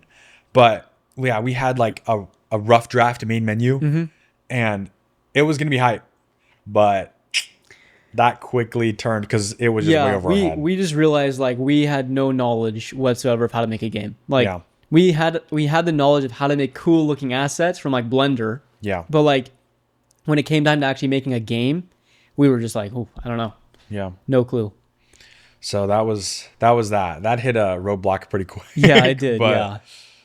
It definitely was just like a very quick project that went nowhere. I Yeah. mean, we had cool stuff to show, but like no like game to actually play. yeah. It was just the scope wasn't there. Yeah. Yeah, it wasn't. But I would say that was like the first time when we realized that like we could. maybe we could do something. Yeah, maybe we together, could. right? Yeah. I think these are the next question like perfectly. Number 5. We're on 2021. Yeah, number 5 Yeah. of 2021. So yeah, how did our friendship grow during this period? So during 2021. I think because like I was no longer working and you were going crazy on like social media. And like the fact that we had more time to actually hang out and do stuff, like that's when like I think our friendship like really took a step up. Yeah. Because we went from like friends like since kindergarten of like just always playing games together, always buying the same stuff, playing the same games, like Yeah. all of that, right? We went from that to like actually trying to like take our separate skills and create make something. something. Yeah. Because like when we've played games like Minecraft, like we have our own personalities. We would still do different things. Yeah, like we would do different things. Yeah. And like same thing with Fortnite. You'd be the very aggro guy who'd rush every build, and I'd be the dude like up on a hill spraying with my AR trying to break builds. So true. And like you were like the build master going crazy, and I'm over here just like Sniping. playing Battlefield, Sniping, bro. playing Battlefield like gameplay because like I grew up on all that, and like Yeah. we've always had our own personalities. Like even though we've lived the same lives, like pretty much like We've literally been friends since kindergarten. since kindergarten. Yeah, so like we've lived very parallel lives, but we still have very different personalities. Yeah. Like up to this point, like we hadn't like tried to make something of our own, and that like I feel like like Prism was like the first project that we fully tried to commit to, and like just didn't Yeah. really know, so we stepped back. But like that was the point where we were like, we could do something together that no one else could. True. Like other people can make games, and like other teams make games, and they're really good. And like I'm not saying they're not good at all, but like no one could make a game the same way that we could make a game as well. Yeah. Because I like, feel like that just goes our for chemistry, our chemistry and like other teams' chemistries are always going to be unique. anyone. Yeah. Like you could try to copy someone else's game, but like there's just something about a game that makes it very unique. It's like an artwork. It is. You can paint a picture 100 times, but I can guarantee no two pictures will be the exact same. It will be a It's little literally like different. a fingerprint or whatever. Yeah, exactly. Right? It's a digital fingerprint. Like you give like us, right, a game idea, like a pretty detailed, right? Yeah. Like Fortnite, for example, and you give another group Fortnite, and literally it's the exact same blueprint, exact same outline. We will build it completely different. Yep. It will look completely different. It'll feel completely different, and like that's the beauty of game design. I don't think we like knew that at the Yeah. time, but yeah, I think you're right. That was like the first time when we really realized that our skill set together like kind of complemented each other. Yeah. Cause like for you, like you were just really good at like coming up with like the creative side of like how to like just how we would market the game, like assets and stuff like that. And for me, I don't know if it was my math classes or what, but like I've always had a very logical side of like how we can actually make those things work. You were cooking with the blueprints. Yeah, I was cooking with the blueprints and the coding, and like it was definitely a very, very big moment for us to like be like we could do something, but we just didn't end up doing it at that point. I think like most of it was still because we were coming up on our senior year. Yeah. Right. Yep. And that was, something that's like serious, I guess, right? Yeah. Senior year is the year right before you like go into like being an adult and like having a job and working to make money and Yeah. like all of that. So like even though we were trying to make a game, we never really truly were like this could be a job. We still had a full year of high school. Yeah. So we didn't really like, we knew we had to do high school. Yeah. So like game But development like I don't wasn't even like, think of that point. Like I thought like we would do this like full time. I definitely did. I just thought it'd be like fun. Yeah, it was like and, a fun like, side project. Yeah, like a hobby, like kind of thing. And that leads us into like the start of senior year and like The going end of into senior 2021. year. Yeah, that was like 2022. Yeah, the end of 2021 is when we started our senior year. Yeah. Right. I started off with cross country. I think you did too, right? You were also in that cross Yeah, I country was year? doing cross country. Yeah. And that was so much fun. Yeah. Honestly, like us being on the same team made it 10 times better. I know. Right? Yeah. No one likes running, especially as a sprinter. Yep. But with you on the team, it made it way better. It did. And then yeah, we went from that to like cross country. I don't think really anything happened at the beginning of our senior year. It was No. really just school. Yeah, we were finally back in full person. Like School everyone was was normal. there. School was finally normal again. And Yeah. like it was so weird that like we were finally back to like a normal schedule and like it was starting to feel like normal school. So like we were Yeah. just enjoying it. Like we were enjoying school at that point. I remember like the online math I learned did not translate to in-person math. So like I was struggling in one of my math classes. Yeah. Cuz like I was like I think I was taking You're still taking 2 classes this time, right? I was only taking one senior. Junior Okay. year, I took AP Stats and Advanced Pre-Calc. And then I think I was Crazy. taking Pre-Calc again senior year because I withdrew from my junior class because I That's was right. not doing too well. Yeah. So like Pre-Calc in person, I was like, I got to fully lock in on this. I'm like, I was going to be in like Calc like A, B, or like BC or something like that, like senior year. But Yeah. like with all of the online stuff and working, I just couldn't invest that much. So like I was slowing it down again. Yeah. But yeah, pre-calc was hard. I had to like lock in for that because like I learned all my math online and like it was those 15-minute things where like, yeah, here's 15 minutes of like some data, answer some questions. Okay, you passed. Yeah. And I like get to like in person and I'm like, okay, here you're gonna be like doing all of this. And I'm like, I didn't learn this. I'm like, I don't remember this in online school, but Yeah. yeah. So it was just like a kind of a catch up year again for me.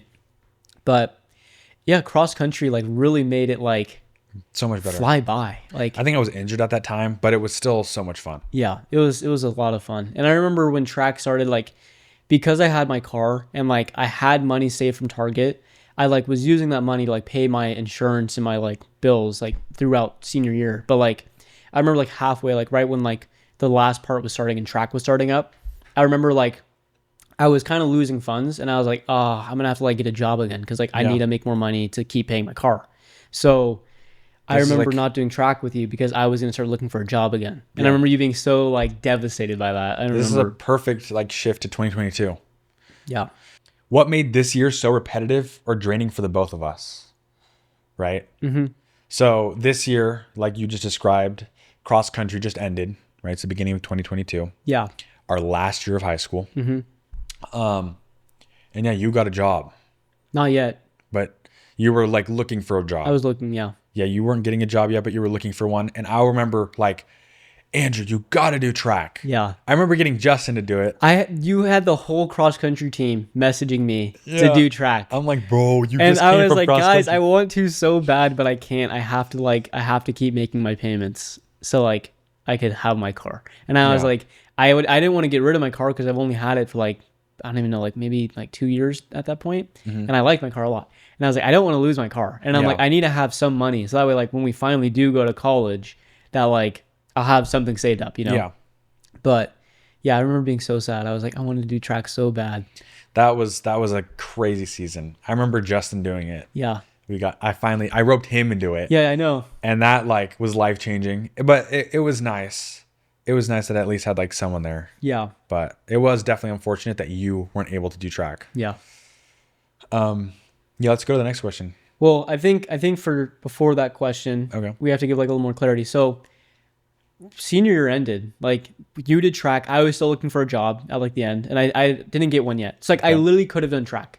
I was just being Yeah. very procrastinating because I was like not wanting to get another job, but I was like looking. I should have done track. That's like a big regret of mine from senior year. But school ended. We graduated. It was like the fastest school year of like was really our fast. entire lives. Yeah. It felt like it flew by.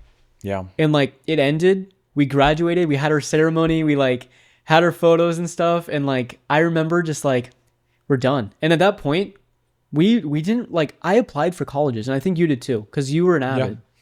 Yes, Avid Yeah. requires you, or I don't know. Yeah, whatever. They require you to like sign up or at What least is apply. Avid? Yeah, it's a class that sets you up for college. For college, yeah. Right.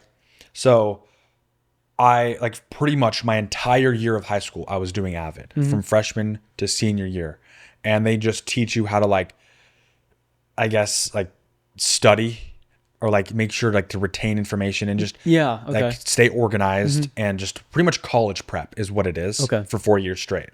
So they have you apply to a certain amount of colleges. I remember applying to a few, and like still not knowing what I wanted to do, right? At this point, I've found my flow in editing. I found a style that I liked, and I found a style that other people really enjoyed, right? I was pushing myself. I'm like, I think during this segment, like that track and field, that like start of 2021 or 2022, I was cooking. Like, Yeah. I still look back at some of my old edits and I'm like blown away. How did I even do that? Yeah. Right. I think I even hit like, I think the most amount of followers I hit was like 600,000. Wow. Insane. Yeah. First off, That's crazy. insane. I still can't believe that. But yeah, it's just that was like the time when I was just finding myself as an editor and like really getting in the flow. I didn't care about the views. I didn't care about any of it. I was just happy to be posting something that like I would turn, like I had like an image in my head and I was able to turn it into like a video and other people were enjoying that. Like that was awesome. I don't know, I really enjoyed that time. But as soon as like that phase ended or started to die down and like high school is over, right? We graduated. Yeah. Then like I applied to some colleges. I think you did too. Yeah. We both got accepted to a few, but like we just like at that point we were just so unsure like where our future was going to be leading. Yeah. Cuz like for me like I felt like space science at that point was kind of out of the window. I mean, I could have gone, but like I don't know, I just didn't feel like the right path for me. Yeah. And like I think you felt the same way cuz like we were both talking and we're like we want to stay together. Like we want to like not go to like completely far like separate schools. Yeah. And we were like, it's also expensive. And like, we didn't really have like the funds to like Go out of go state. to a crazy school and like have debt for the rest of our lives. We were like, we got to do something like kind of different. And like, that's when we found our community college like right near us. Yeah. And we're like, that's like the perfect option. Cause like, I think with like FAFSA, it was free. But right before that, I finally got a job. Remember? I got a job at Costco. I stepped up. I went from Target to Costco. That's like a whole jump right there. It is, bro. Because for those of you, I don't know, like Costco's a pretty big brand. I feel like it's in most yeah. states. But like if you've never been to a Costco, you just have to picture a Walmart or a Target, right? Picture that. But now put 10 times the amount of people in there and like none of them know where anything is in the store. Because not only like for me, like I worked at Costco for a while and I kind of learned the ins and outs of the like how the system works, right? Yeah. I was the front end. So I was doing carts, cashier, cleaning the front end, making sure customers are all satisfied and all that. I remember I was working there and I'm like, I've been here for a few months, like right before like college started. Yeah. And I'm like, where the heck is this thing at? I'm like looking for this item. I'm like, why do I not know this? And I'm like, oh wait, it's because Costco scrambles it every single morning when they're like taking stuff off of the like racks and putting it into like new aisles. Yeah. And I'm like, why is it so complicated? And I'm like, why do we do this? I'm like, this is a horrible system. But I'm like, I'm just like a small person. I can't change anything here. Yeah. But I'm like, that's crazy. And I remember people would come up to me and like, I looked like I was 12 at this point. Like I was tiny. Like I was skinny, tiny. I was a runner. So like I had no bones. I had like no meat on my bones, right? Yeah. And people would be like, "Oh, do you work here?" And I'm like, "Yeah, I work here." And like they'd always ask because I look like I'm 13 years old. Yeah. And they'd be like, "Do you know where I can find this?" And I'm like, "Oh, okay. So last night it was here. The night before it was over there. I'm gonna average out. Say it's like somewhere in this point. It's like I've been on like a treasure hunt with them for a few minutes trying to find it. But yeah, Costco was definitely something like. It was a better job than Target in my opinion because I felt way more like Costco valued me a lot more as an employee. Like it still wasn't like the same dynamic of like if you worked in like a family-owned restaurant or like something smaller. Yeah. But like Costco, like their management definitely was more supportive I would say, and like I wasn't outside by myself pushing carts. There's like two other people with me. So like Like more mature. I had actual like talks I could have with my coworkers. Yeah. Which was very nice. But even so, like we were starting school at that point, like at FLC, because like we were both like, what is like the one thing we can do in college? We're like, Yeah. we don't even know what we want to do in college, and we're like, what did we end up going with? Like we ended up going with computer science because like Yeah, I remember like right before college and like you were like figuring out Costco, Yeah. right? I was convinced I didn't know what I wanted to do, right? I previously wanted to be an electrical engineer. I would just say that because that's what I was like growing up with. Yeah. I didn't really know what that meant, right? But then I'm like, I really love track, right? I fell in love with that. Track and field has changed my life. Like, I think it was like the coach. The coach made a huge impact on my life. Yeah. Right. And especially coming off that senior year with like Justin and like literally one of the best track and field season years ever. Like it was honestly, yeah, it was amazing. And coming out of that and going and like getting ready for college, I was convinced that I was going to stay doing some type of track or some type of running, right? Because I was a sprinter. I did the 100, 200 long jump, right? Those are my events. The 4x1. yeah, I love the relay. Holy cow. But yeah, so I was like convinced, Justin and I were both convinced that we're going to go to college and we're going to like Run full do like time. a split college thing. Oh, okay. Like do study close to us in one community college. And then because that college didn't have any track or anything, so we were going to run and do track at a different college. it was still like the same like family of colleges, but like it was just like two different areas. one school didn't have the team and the other did kind of thing. Yeah, one had all the like the track. One literally had a track and field. Yeah. The other one did. I mean, I remember you guys telling me about this because like you guys were like, you should join us, and I'm like, I can't. I'm working again. yeah, so we like, were training like over the summer. yeah to do that. Aiden was doing it with us too. Yeah. Right. Yeah. And yeah, so we were just doing all of that. I was convinced I was gonna go, and then it just hit me. I'm like, we both want like we didn't know what we wanted to do fully yet. Yeah. But at this point, I think we started talking more. Yeah. And we were like, let's just do the same thing. Like this is the one time we can actually just do the same We classes. can choose what we want. We could choose Yeah. our classes, Yeah. right? So we both came to the conclusion of computer science because Yeah. we both loved computers. We both loved games, and like We both like kind of knew that like computers would always be a part of our life somewhere or another. exactly. So like computer science just made the most sense for us because we've been on them our whole lives, and Yeah. we'll probably use them for the rest of our lives. Yeah, And like, yeah, I just remember like we picked all the same classes too because Yeah. like we were like same schedule, same we classes. want to make sure that like whatever we're doing, we're at least enjoying what we're doing, right? Yeah. So we both picked the same classes and like we had the same schedules, and we learned a bunch of coding stuff. Like we learned C++, we learned a bunch of other languages, like pseudocode is what one of them called it. It was like Yeah, fake code. yeah, it's like coding in English, but Yeah. like a formatted English coding kind of thing. Yeah, And it was at that point where like we're like I'm at Costco working this whole time. Well, like we're starting our freshman year of now college, and what were you doing at that point? Like you were wanting to do that track thing, but yeah. So I was convinced I was gonna go and do the track. yeah, Right, Justin and I were both ready for it, and then it just was like, if I want to do all the classes with you, yeah, and like it just hit me. I'm like, track is something I'm very passionate about, right? And I love it, right? Don't get me wrong. It changed my life. Like it really just made me understand my body and how far I could push myself Yeah. physically. And I'm just like, this is fun. I love it, right? But then when like real life started to kick in and I'm like, okay, I need to start thinking of a career path, right? And especially now that we had the ability to choose our classes, I'm like, let's do the same classes. Yeah. And I love that idea. that was a really And good idea. computer science was also something I was interested in. I'm like, okay, I don't mind that at all. And then once we started picking our classes and our schedule, I'm like, there is no way I can manage like track and running that much effort Yeah. and also full-time classes. Yeah. Like I would be taking extra over the max amount of credits. Yeah. And I don't even think they would let me do it. I think it was like I had to have dropped some classes so I could fit in my track schedule. Yeah. And I'm like, at the point, I don't really want to run track. Like it's not worth it. Yeah. I'm passionate about it, but I'm not gonna. I'm not anything special. Like I'm not gonna go pro. I know that. Maybe if I put in 10, like the extra, 10x. maybe I could take Yeah. it somewhere. Yeah. But I'm like, at this point, like it's almost too serious, and I didn't really want to take that as my career path. Yeah. I knew I wasn't really wanting to be a runner. So I settled with just not doing it Yeah. and just, being a full-time student with you.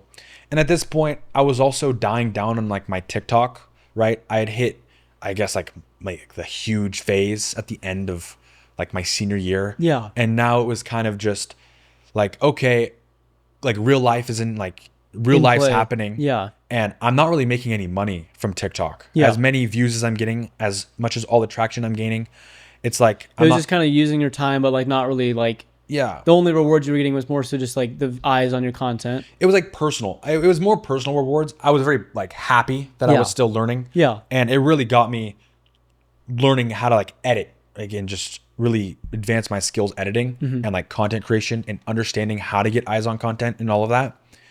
But it was just like, I can't do this really anymore. So I'm going to just start focusing on school and see where that takes us, right? Yeah. Like I wasn't really, like I didn't know, right? Just that's kind of, I guess, where we're at. We went through the full like school year, and like we both were like just kind of in the loop of like just wanting to just get school done with and trying to figure our lives out. And I think that's a good point to go into our next question. Number 2. Why didn't college or work feel like the right path? And I know for me, like working at Costco and going to school, I felt a lot more productive. I felt like I was making money and I was learning and I was getting my education done. And that was important to me. But I didn't know where it would lead me after. Like, I feel like everyone knows that, like, feeling of, like, where is my life taking me, you know? And, like, I kept, like, since I was working, and, like, when you're working in, like, a place that's very busy, you just tend to zone out because you just need to, like, make sure you don't get loaded or overwhelmed. Yeah. So I'd zone out a lot and just think to myself, and I'm like, I don't know where my life is leading me right now. I'm like, I'm going to school for computer science, and I'm working in retail. Yeah. So I'm learning customer service, and I'm also getting a computer degree at some point or another. I'm like, does this road lead me somewhere like Apple or Microsoft or Google or like a software developer job or like, something like that? Yeah. And if so, would I be happy there? And I have worked now 2 jobs, both for like the first one Target about a year. And this one, I think I was pulling up on like about 6 months. And I remember just like, I don't know if I'd be happy in that kind of a job. Like the whole like management position above me and like me not really feeling like I have a lot of sway in like where I'm working. Like I feel like my happiness wasn't where it should have been for like what I was doing. And I know there are people that are happy like that. There are people that don't want to be like making those big decisions because it is a lot of pressure. Yeah. And for me, like I feel like I like having a little bit more control over what I'm doing. So like that was like my biggest thing that like made me start getting burnout from Costco was just feeling like I didn't really have any like say or control there. Cause like I mean obviously there are people that can run a business, a retail store way better than I can. Yeah. And like that just wasn't my passion. So like around, I think it was like ending of freshman year, right? Me and you started talking again, and we were like, we need to figure out where we are going right now because we are about to get there really quick. Yeah. And I feel like you were on the same boat as me on that. Yeah. This was, the end of like 2022 is when we started, I would say, talking about it because we both agreed that like school was there. School was there. Yeah. And like it would lead us to an outcome that would be like help, like just live our lives. We could live our lives like that. Yeah. But both of us knew that it wasn't really something we were passionate about, right? We were both creative minds. Yeah. And we wanted to just do something with that and not just like let it sit there. And I think this is a perfect segue into like 2023. Yeah. 2023 is probably the most significant year so far. Yeah. I don't even think we need to ask a question. We can just go straight into it. Yeah. In 2023, I decided that I would be quitting Costco. And I remember because right before my birthday in 2022, I got the flu. and I was sick for a week. Oh my gosh. Yeah. I forgot about that. Yeah, I was Remember sick that for a grind? week. I think I probably got sick at work or just I was touching a lot of stuff at that Yeah. point. And I got like I had the worst flu I've ever had in my life. Like I was throwing up, I was fevers, chills, sickness, all of it, right? I literally was in bed 10 hours a day. And you stayed home. Remember Yeah. we played? Yeah, Remember what we played? yeah, I do. I got home from work the day I wasn't feeling good. I was at work and I like started not feeling great. Yeah. And I was like, that morning I woke up, I knew I wasn't like totally amazing. I just thought I had like a really bad stomach ache. And I get to work and like I start getting dizzy and like start getting really hot. And I'm like, oh, I probably shouldn't be working right now because like I don't want to get anyone here sick. Yeah. So I went to my boss and I was like, hey, I'm not feeling really good today. I'm like, would it be okay if I went home early? I'm like, I feel like I may be getting sick right now. Yeah. I might be running a fever. And like, oh yeah, 100%. You should head home and like rest and call us and see how you're feeling later. And I get home and I remember I like got home, had some water, and I just laid in bed and just I fell asleep. And this was like at like maybe 3 p.m. I woke up the next day at like 4 a.m. I had slept for almost like 12 hours. I woke up and I was like, I was oh my gosh. hibernating. I thought it was dinner time because I woke up hungry. Yeah. And I look at my watch and I'm like, it is the next day. 4 in the morning. Yeah. I'm like, I thought I was about to take a nap, not go to bed. Yeah. And I was like, I must not be good right now. I'm like, I should probably just go back to bed and just like take some medicine and try to like feel better. And I was home for like a week. Yeah. And me and you were like, you were home too, obviously. Yeah. 'Cause, like, I wasn't working. I was just, Yeah. we were just doing a school. yeah. I And think this we had was some this online classes during as well. summer was when this was happening, or was this?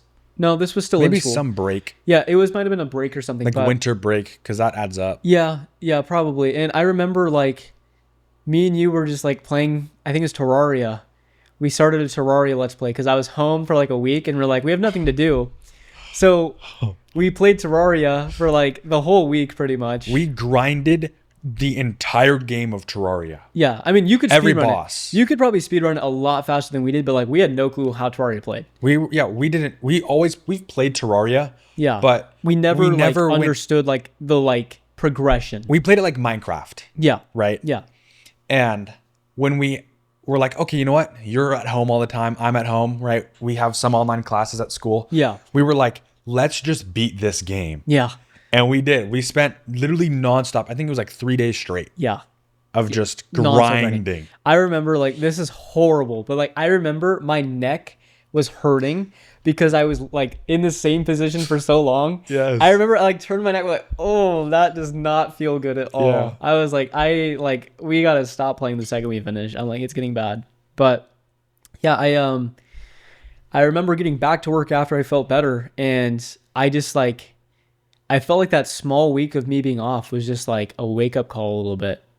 And I was like, I don't really like working here. Like I remember like the first time I got back and I was like, I don't really like working here. Yeah. I thought of that. And like I just like took that for a minute and thought about that.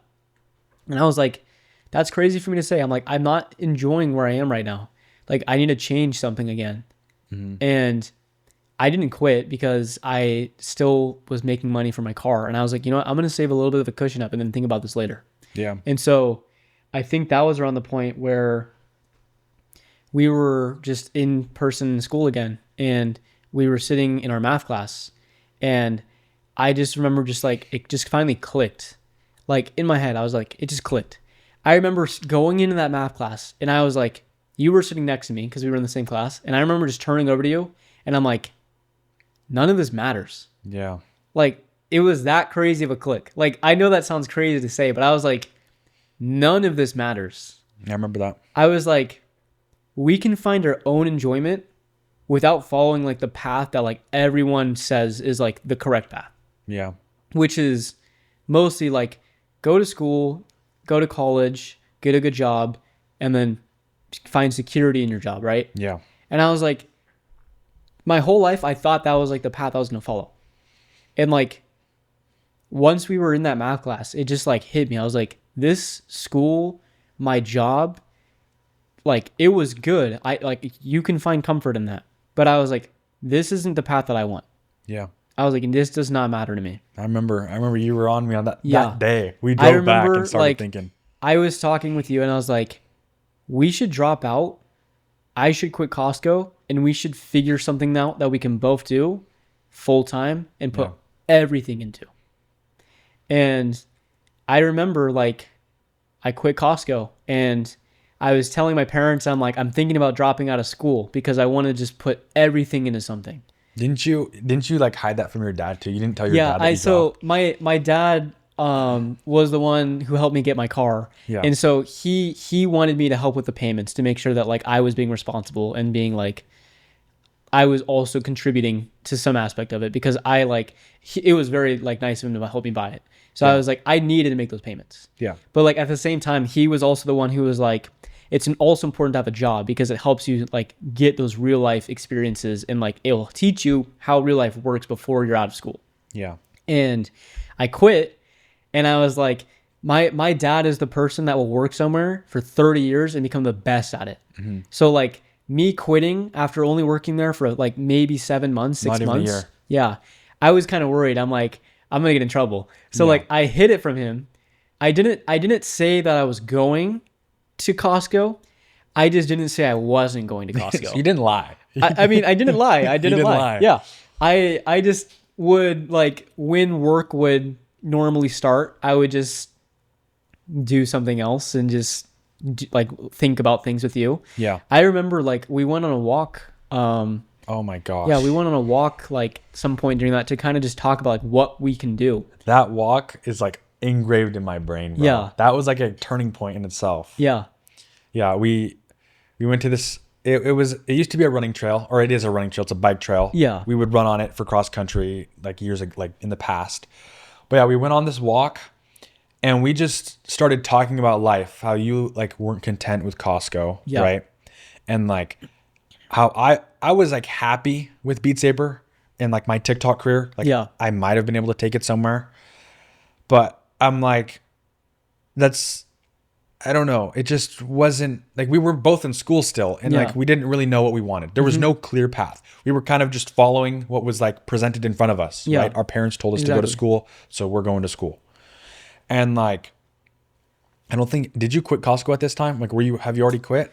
This might have been like, right before I quit. Because I remember this was the point I was telling you like how Costco was. I was like, I was telling you like the real side of Costco. I was like, it is really like, it's hard because most of my coworkers that were older, right? They were like in their like 50s, 40s, and like there's a few younger people, but like I was like, this is a job that people have and they keep because this job gives them security, gives them health insurance, it gives them a good income. Like it's not like they'll be able to like go like buy a giant like house or anything like that, but like it's a job that you can live off of. I mean, you had a 401k set up. Yeah, I did. I had a 401k set up there and it was very good and very cushy. Like you had a lot of security there. Yeah. But like the thing is like I just like it just felt very repetitive and very like I don't even know, like it just wasn't the right fit. Yeah. And we were It was talking, like you fell back in the same loop, like from Target. It felt like I felt exactly like I was in Target, like the same exact thing. And I remember me and you like were talking that day and we're like, is there something that we could do? Right. And we were like, is there something we could do outside of school, outside of like me working that like could help us like find life later? Yeah. And I remember we were talking about like some crazy ideas like clothing brands, drop shipping, and like one of them was solar. Like we were like, what if we like went into solar and like made something that like no one else did, right? Yeah. Because like I had the science degree, you like I not the actual degree, but like I had like the science behind me, the mindset. Yeah, and you had like the like consumer like market. I can market and we were to like, people. what if we combined those ideas and like made something new? And we were like, that would be cool, but like how the heck would we do that? We're like, we'd have to like find someone to invest in us. We would need investors. We'd have to like have an idea that'd be actually worth getting. And we were like, that's probably like really hard to do. Yeah. And I like envy the people that can do that stuff. Like that's crazy. But I remember like we didn't really have an idea. Like we like left with that like solar idea and we're like, that was probably it, right? And then that math class came. Yeah. And like I turned to you and I'm like, what if like we just combined everything, right? I've made games in Unity and in Unreal Engine. We tried to make Prism. You have a TikTok account with 600,000 followers. Yeah. At that point, or a little more. I don't remember. But we were like, what if we just became game developers and made a like fully commit to a game this time? Like not like Prism where we gave up like in the first month, but like fully commit and like try to see where that takes us. I remember, yeah, that was like we came up with that plan, and you just quit Costco. Yeah, like you were the next day. We made that plan, and I quit. And you were like, I don't want to tell my dad. Yeah, right. What's crazy is I remember after that class, we went home, and we started brainstorming company names and logos. Yeah, and that's when we came up with our name, Cozy Cabin Studios. Mm-hmm. I don't even like why though. Like, I feel like we don't have a true reason. I remember why we came up with it. We were at your mom's house, right? Yeah, we were at my mom's house, and we were in my office. Brainstorming. Yeah, brainstorming ideas. Yeah, just names. Or like, we were just trying to think, like, what sounds good? Like, what would make sense? What is a ring to it? Yeah. And I remember saying all those things that, like, have a ring to it. Like, we played games a lot. Yeah. And the game that we were playing, like, a lot in high school was Fortnite. Mm-hmm. And I was like, what does Fortnite do that makes their name stick so hard? Like Tilted Towers, you know? Oh, Salty Springs. Yeah, all the POIs. What are the other ones? Tilted Towers, like Snobby Shores. Snobby Shores. I'm like, it has Pleasant like Park. the double letter, like SS, Snobby Shores. And I'm like, what if we followed that pattern? We're like, our company name has the 2 starting letters, right? Yeah. And I'm like, okay, we have like an idea.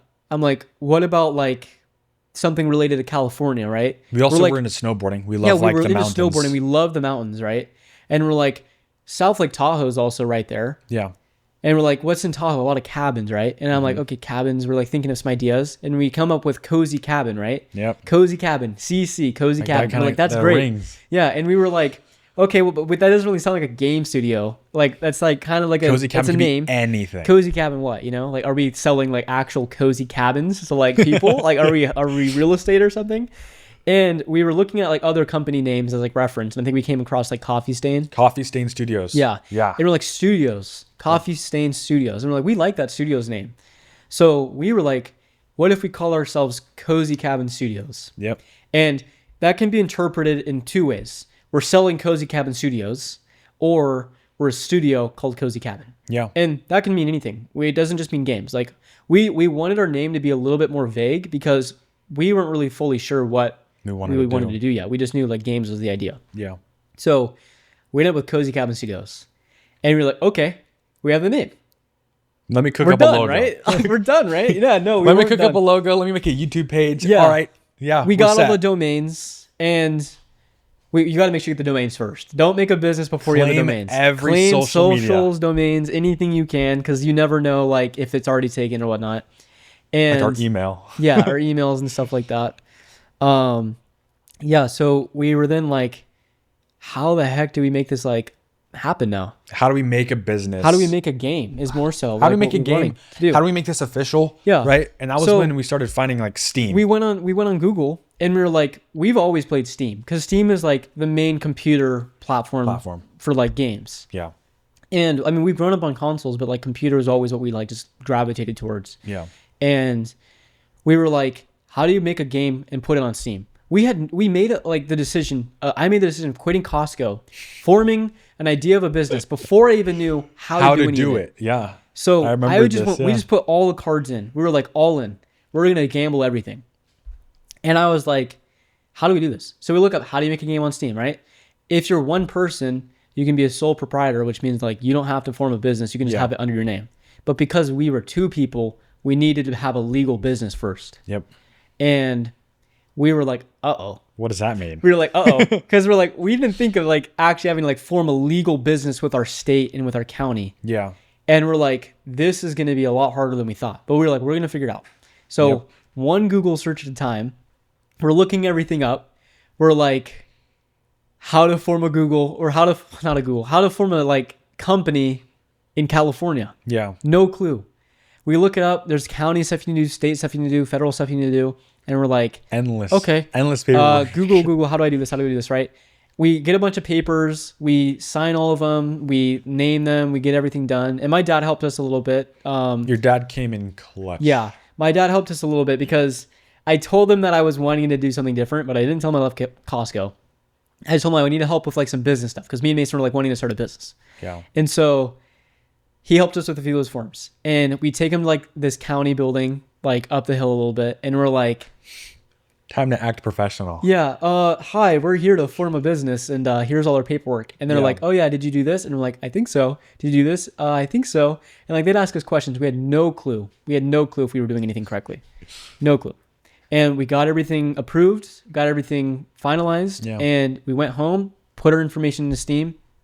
And now we worked. were in the game development phase. Yeah. That was when it, I guess, became official that Yeah. Cozy Cabin Studios was a Legal game business. development studio Yeah. and legal. We had no game yet. Did we even have a plan We for a had game? we had an idea, but we had no game. Yeah. And I remember we This were at is- your house when we came up with the idea.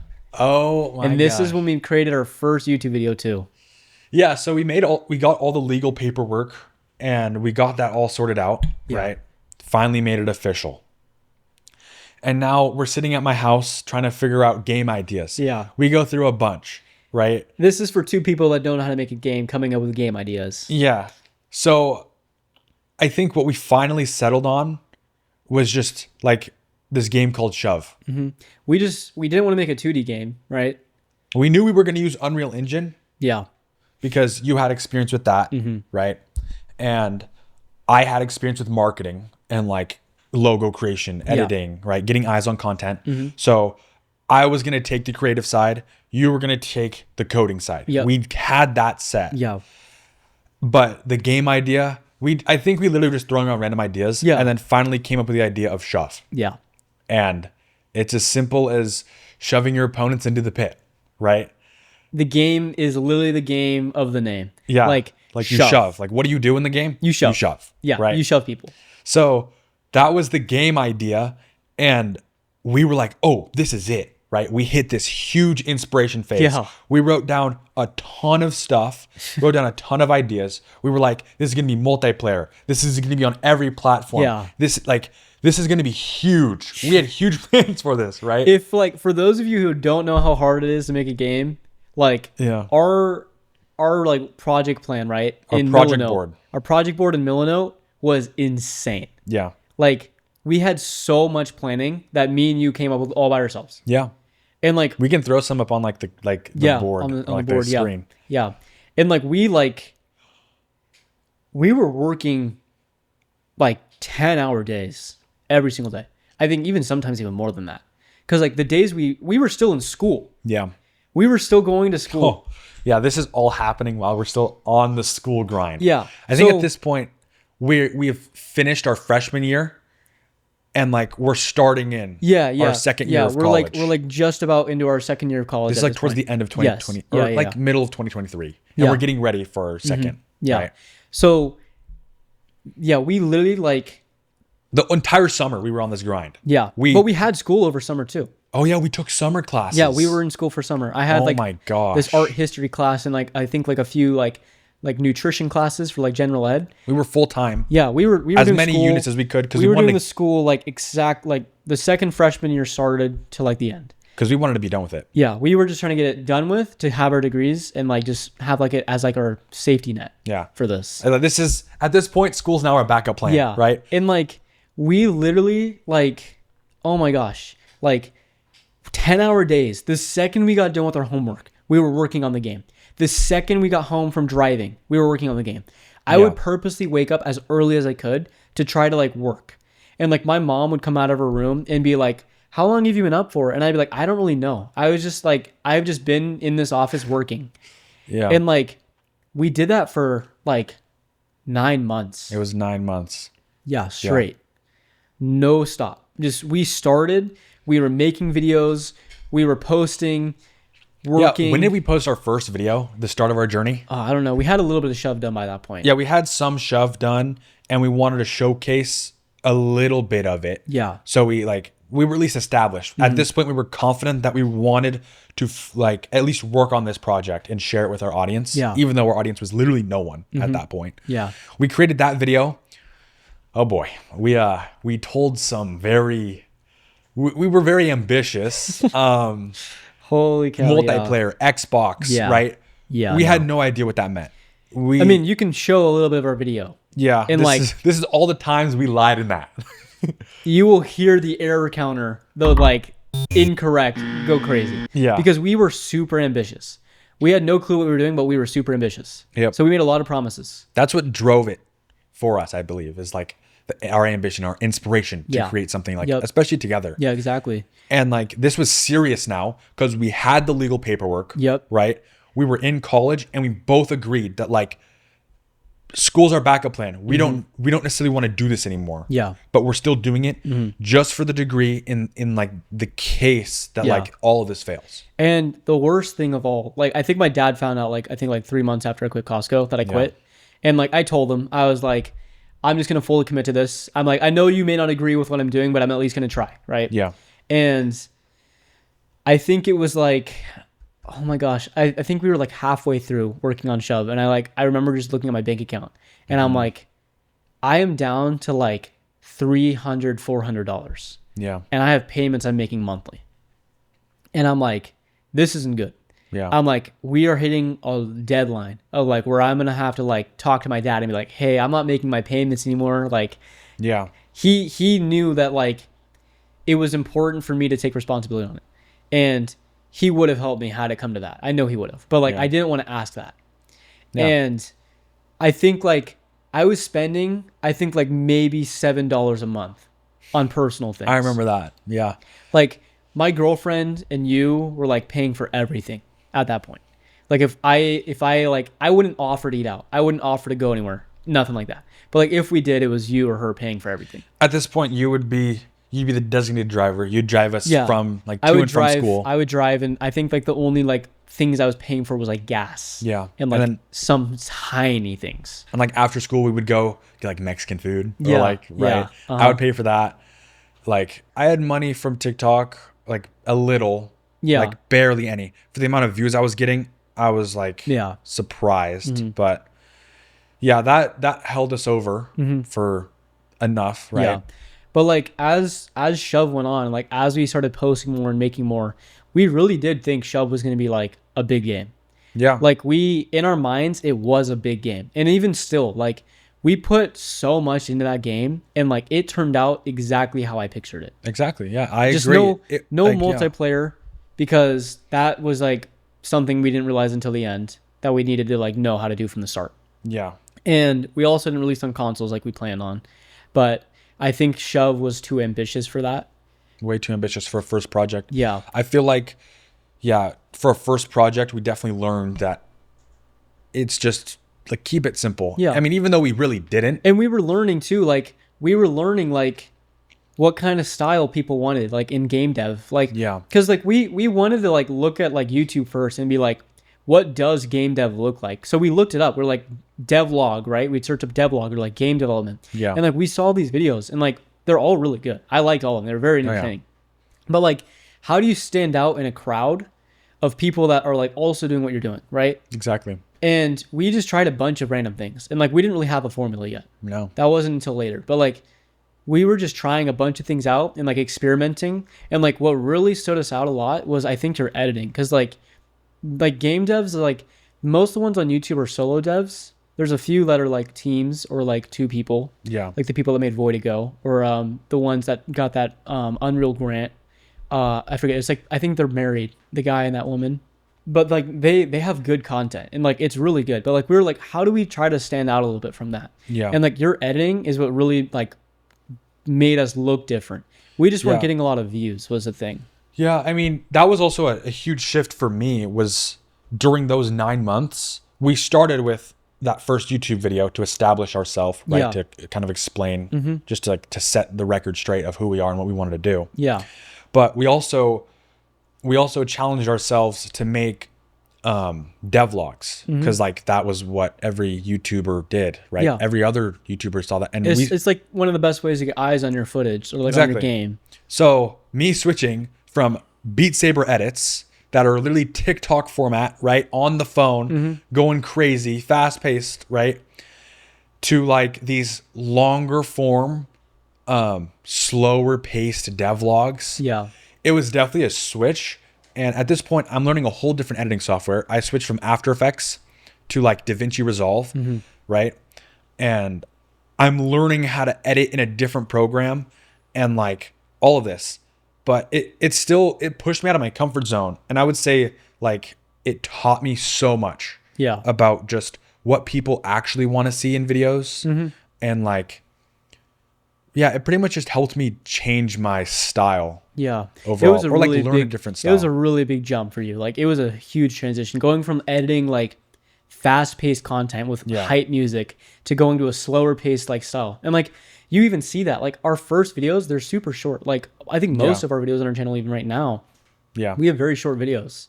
And that comes from you being someone who was used to working on smaller videos like minute that are max. meant to be like very good and very short. Like it's a Yeah. lot to like look at in a small amount of time.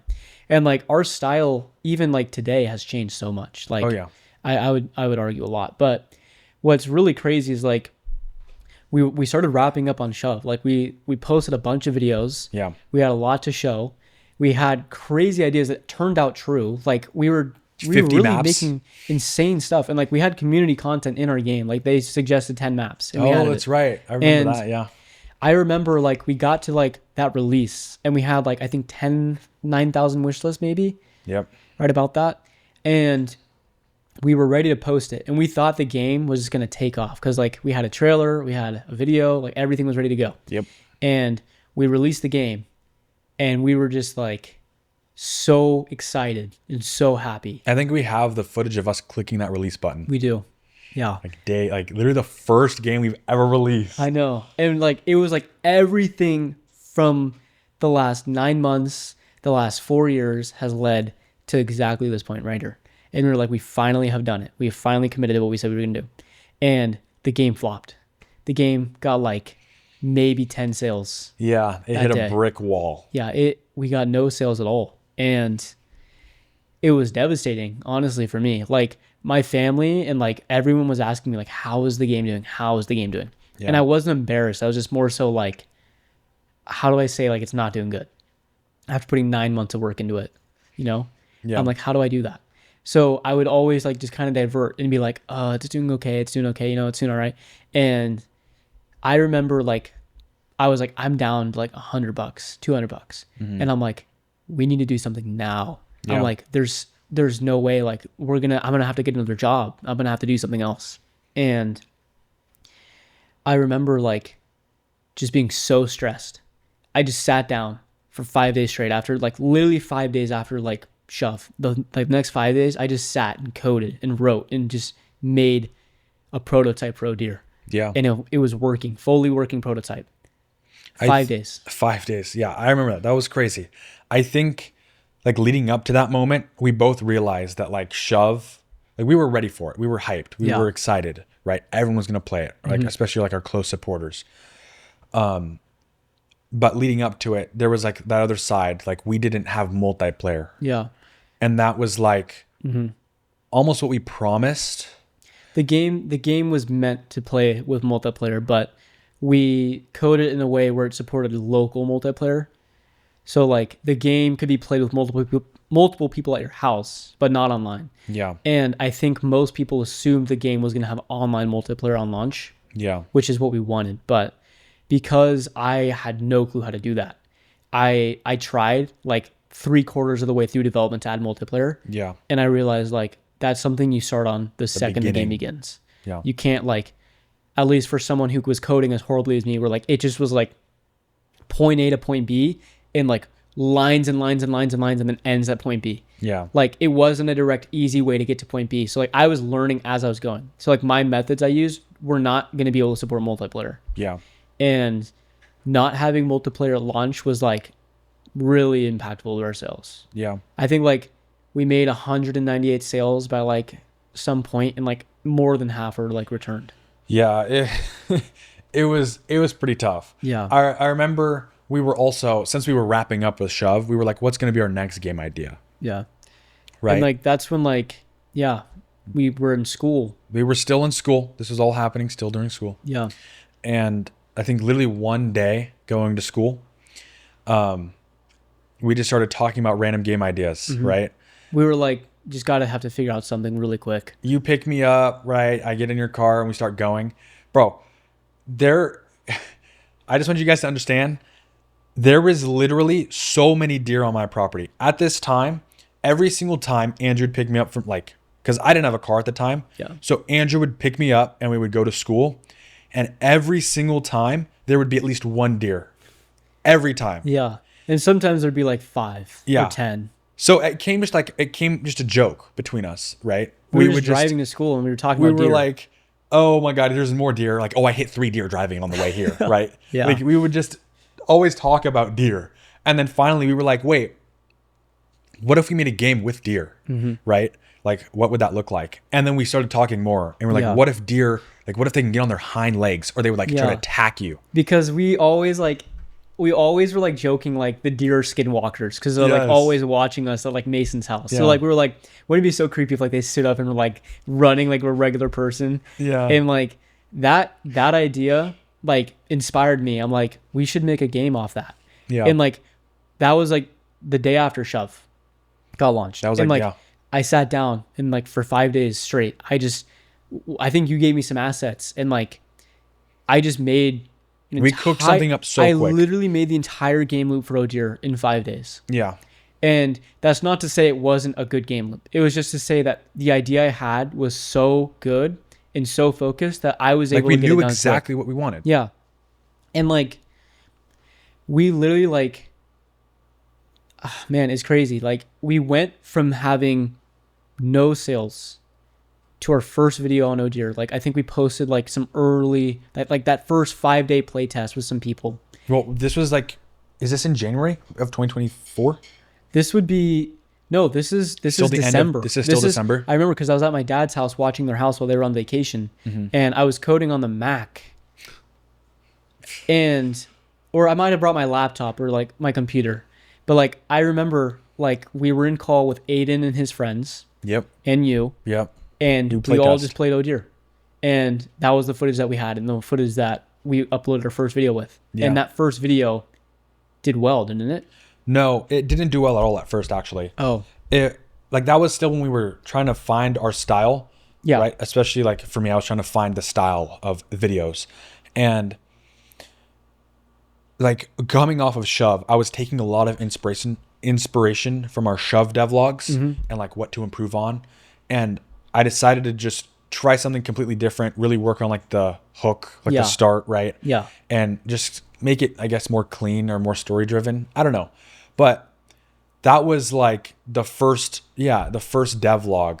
We used all that footage of us playtesting. yeah. And like it did well, I think, compared to our Shove devlogs. Yeah. But it didn't take off. No Yeah. one really cared. It was another devlog, like we were speaking like developers. Yeah. And that's, I think, when I came up with that like realization, like I was like, our target audience isn't other developers necessarily, because Yeah. we're trying to sell our game and we're trying to make games that like we want other people to play. And like developers might play those games, but they're more so watching because they want to know how we made it. Yeah.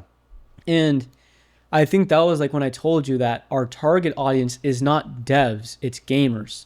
So we need to stop acting like devs in our videos and start acting like gamers. Yeah. And I think that's when we made our shorts. Like that's when we started making our shorts. Yeah. When you said that, I literally remember being in the call with you or just in person. I remember you saying those words, and that just like, that was like another trigger moment for me. I'm like, okay, wait, you're so right.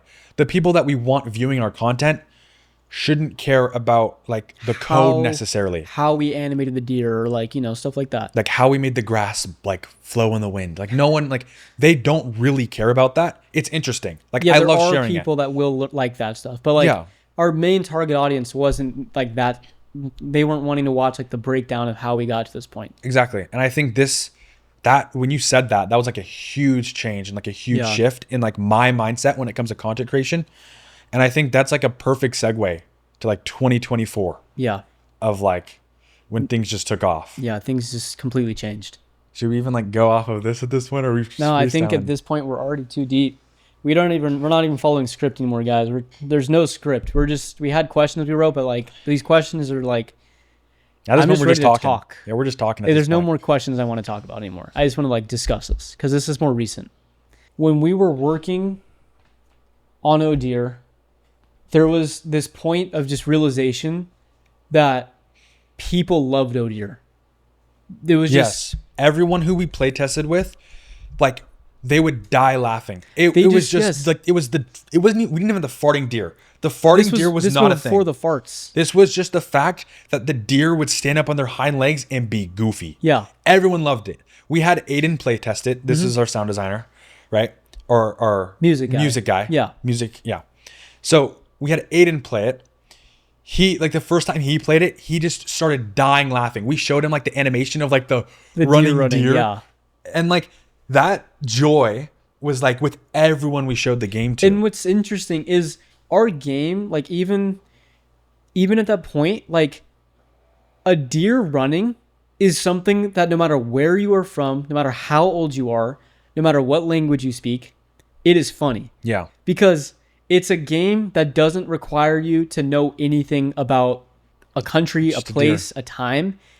Everyone knows an animal does not stand up on its two legs and run like that. Yeah. Like there's only like maybe a few handful that do that. Yeah. Like, but you will never see a deer get up on two legs and start running like that. And for some reason, like when we were making it, it was the funniest thing we've ever seen in our lives. And shortly after, Mason came up with the idea. Like I was working on the jumping because we're like the deer should jump. I just feel like it like makes sense. Like in a game you can jump. Yeah, the way this came about, this was this honestly was like the mechanic that I think really sold the concept of like how funny Oh Deer was. And we like every game just has a jump, right? Like Yeah. we were working on the hunter. The hunter can move WASD, he can sprint, I think so. Yeah, he can sprint. Like 90%. Yeah. He can sprint and he can jump. That just makes sense. A human should be able to jump. Yeah.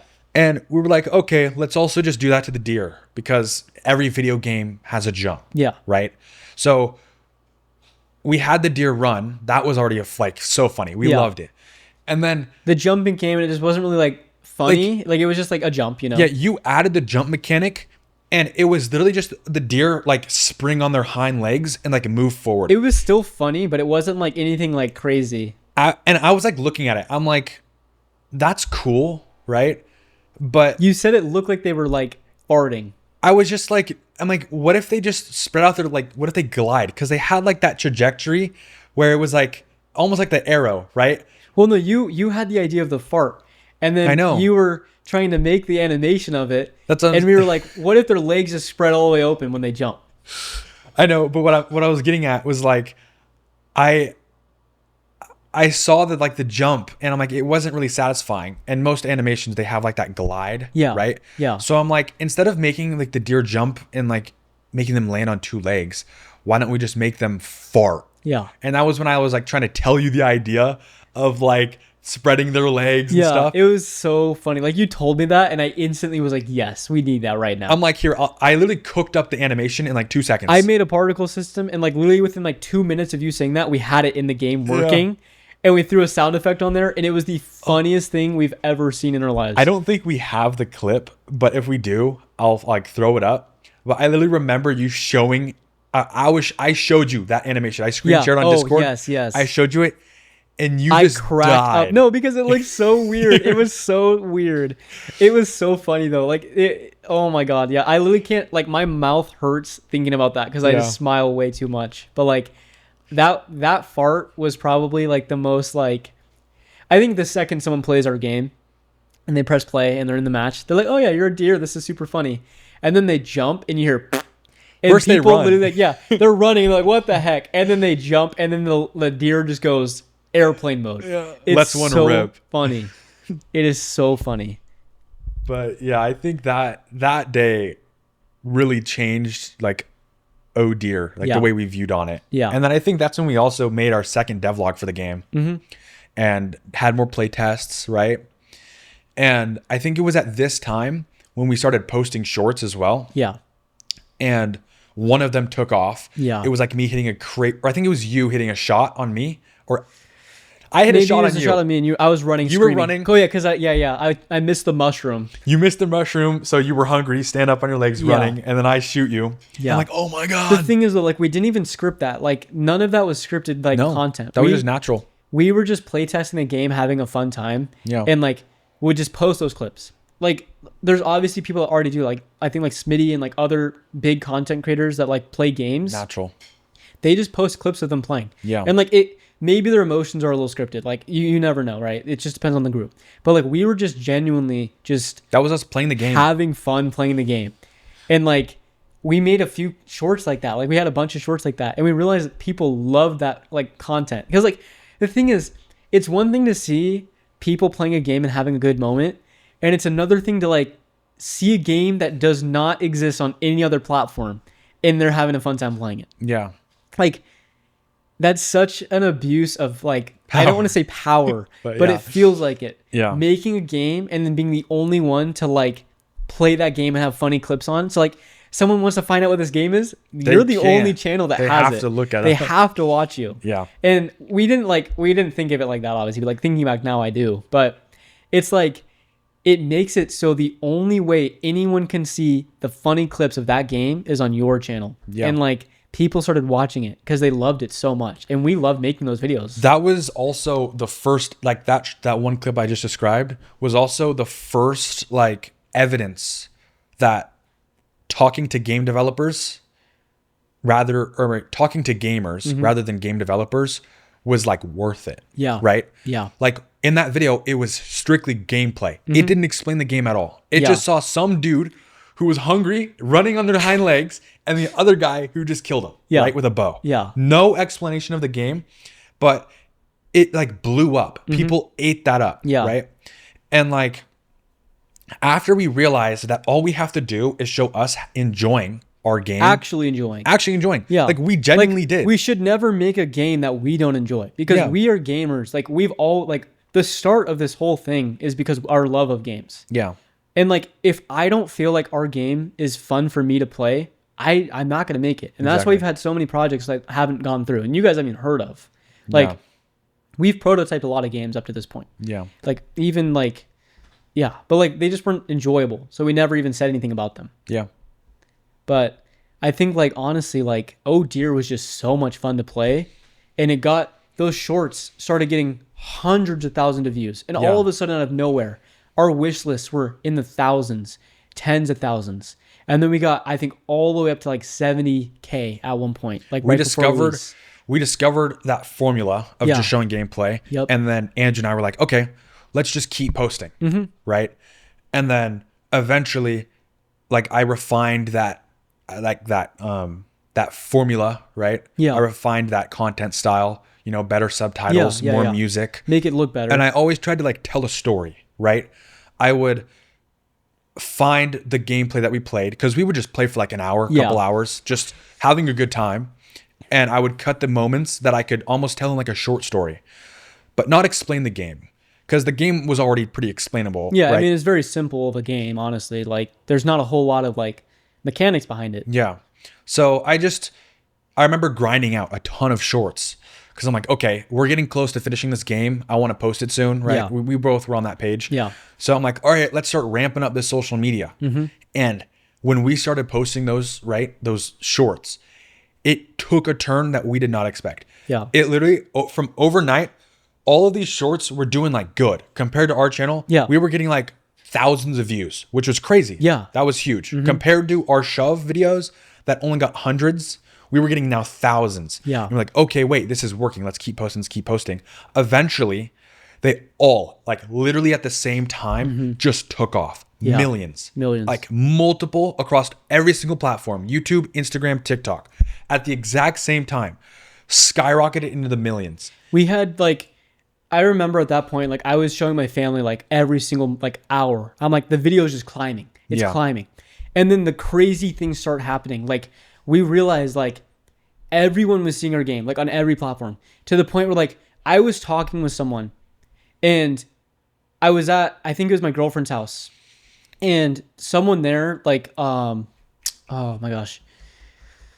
Yeah, they were like talking about like TikTok, right? And then they were asking me like what I've been up to. And I'm like, oh, I've been working on this game and like it's doing pretty crazy right now. I'm like, it's Yeah. called Oh Dear. And they're like, wait, what? Oh Dear?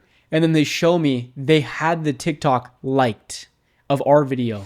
And I didn't follow them on like any social pages. Yeah. They were like a complete stranger pretty much. And they liked the video that we have made. And I'm like, holy cow. Like that is such That's a crazy crazy. feeling. Yeah. Like that's the first time that like as a creator, someone has heard of my content that I've never met. Yeah. And like they've told me that. And I'm like, that is the craziest feeling that I think has ever happened to me. Yeah. I'm like, it's crazy. And Someone's viewing you and you have yeah, like no I know. idea. And like my parents and like your family, like they started getting really like, holy cow, Like, where is oh this wait, going? this actually might be like a real thing. Yeah. Like maybe they're onto something. Yeah, but we didn't know because we hadn't released the game yet. But there was people in like every comment section on every platform. When is the game coming out? When is the Yeah. game coming out? When is the game coming out? that was when we realized that we had something very valuable. Yeah. And we were like, okay, maybe it's time to like post it. Yeah. Or like get ready to like launch it. Yeah. And I remember like we were only like developing for like 2-3 months at that point. At this point, when it started blowing up, it's been like 3 months. Yeah. Maybe almost 4. And we were working a lot, but it wasn't every single day because we were still in school. yeah. That's the crazy part. We were still in school. in college. So like I'm in my computer science class, not listening to the professor. I'm just typing out things for oh dear for when I get back home on our Millinote board. on our Millennium board. And we have another one for I'm like fully invested in the game. I'm like, I want to get home so I can work on it right now. Like people are like giving us comments of like things, and I'm like, I need to like get home and start fixing things. Yeah. And I remember at that point we're like, we have to release it soon because this hype train is like with us right now. We don't want to we don't want to pull like what a lot of people do, which is they release trailers and then it's like a year and a half later that the game gets launched. We're like, everyone wants to play the game right now. Yeah. So we're like, let's get the game to a playable spot and publish it right now. Yep. And we went from making Shove, which had about 100 sales.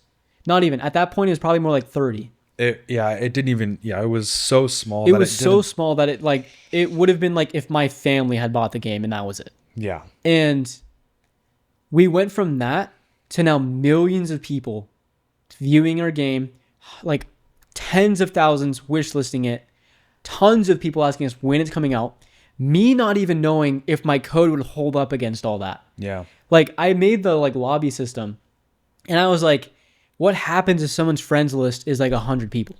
What happens if this person blocked this person on Steam, but they joined the party? Yeah. I'm like, I have never tested any of that stuff. I don't even know. But I'm going to release the game and just see what happens. We held a content creator playtest Yeah. the So week before we were going to launch it. So I don't, what break was that? Was that summer break or spring break? I think it might've been spring break. Yeah. So we're in college still, right? And we're getting all the success. Mm-hmm. This was when we realized that like, okay, we got to set a date. We got to like get that trailer ready. Yep. And we have to like Just commit to it. start finishing the game. Because Yeah. at this point we didn't have a main menu. We didn't have like a settings menu. We were like, just had the game. We just had the game and like just press play to join the game and invite your friends. But like there was no like UI, there was no settings, there was no like lobby. Nothing. Yeah. So that was when we were like, okay, we're getting all this traction. You started grinding it out, right? You Yeah. finally got a viewable version of the game. Yeah. And at this point, we were on, spring break, I believe it was. And so we had a week off school. We did all of our work. I think the work that we had, Yeah, if we it tried to barely do it as any, early as we did possible. it like the day we were off. Yeah. And we were like, okay, we have 7 days to just grind. These 7 days, like, oh my gosh, bro. We didn't stop.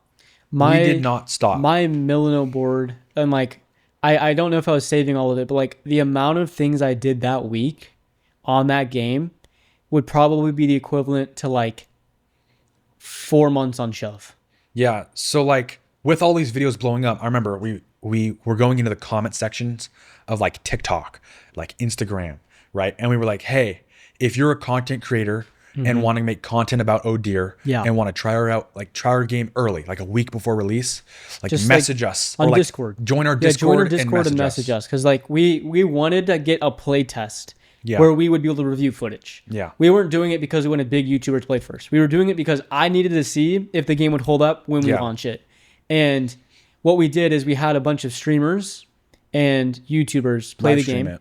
and they live streamed. And I had like 5 streams open at once. And I was just watching their gameplay. And I would see a bug, turn, fix. Update. Look, see a bug, turn, fix, update. Like Yeah. over and over again. There's like 30 updates that came out in like that small span of like time. Yeah. Because I was just trying to fix updates and bugs as they were happening. Yeah. And I remember like every YouTuber just seemed like they were having so much fun. Everyone that was playing your game was just loving it. Everyone has like that initial reaction when they load it up. Yeah. That farting deer that runs on two legs and Yeah. they just die laughing. Yeah. Right. And like that, I think just that joy really like sold it. Mm-hmm. And with everyone now playing it, like, right. Oh my gosh. Back to these 7 days, right?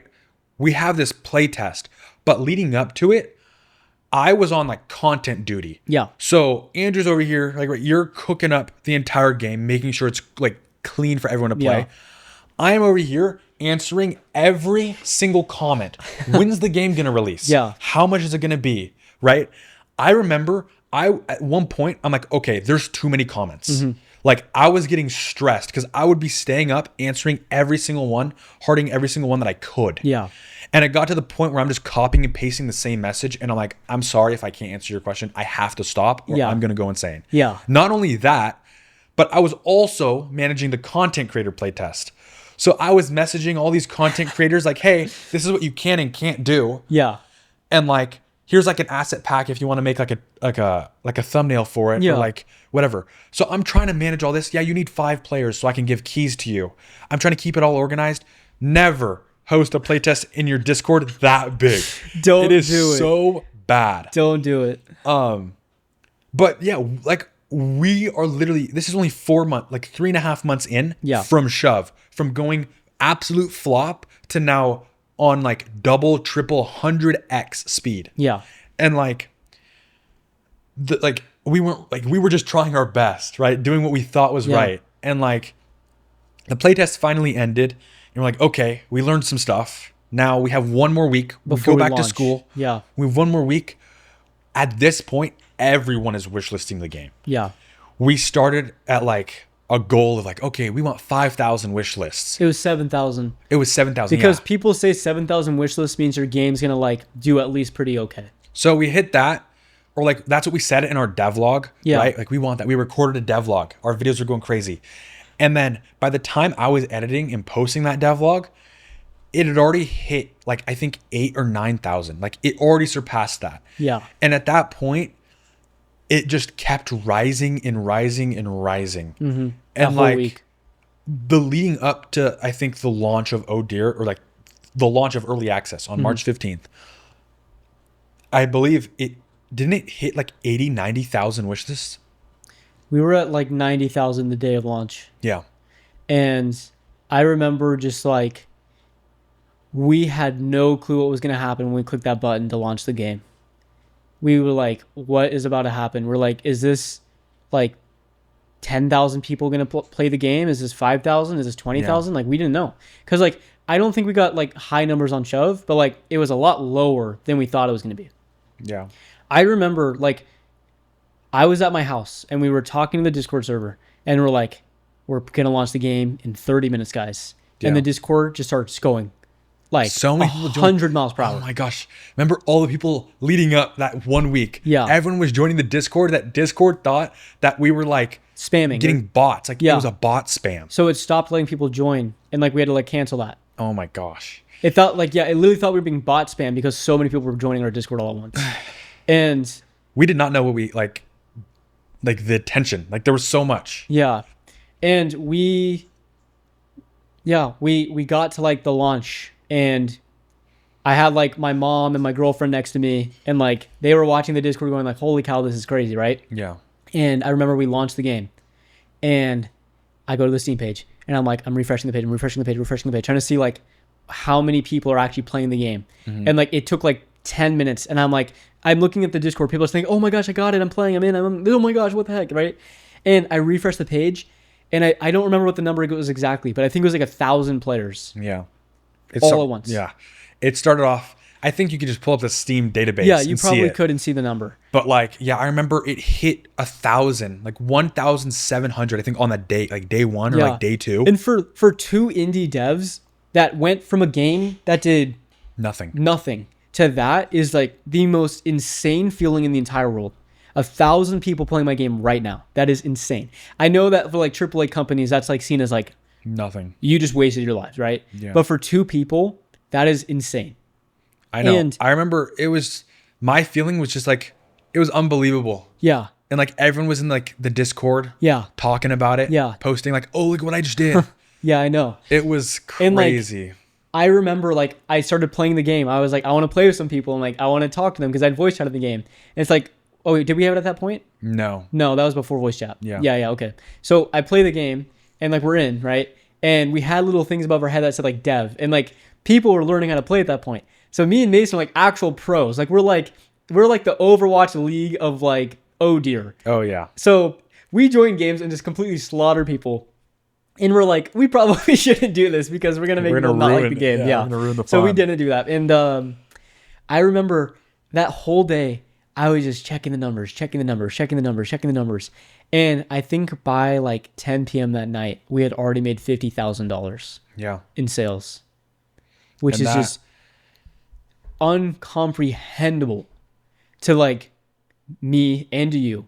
Just from going from literally like nothing Yeah.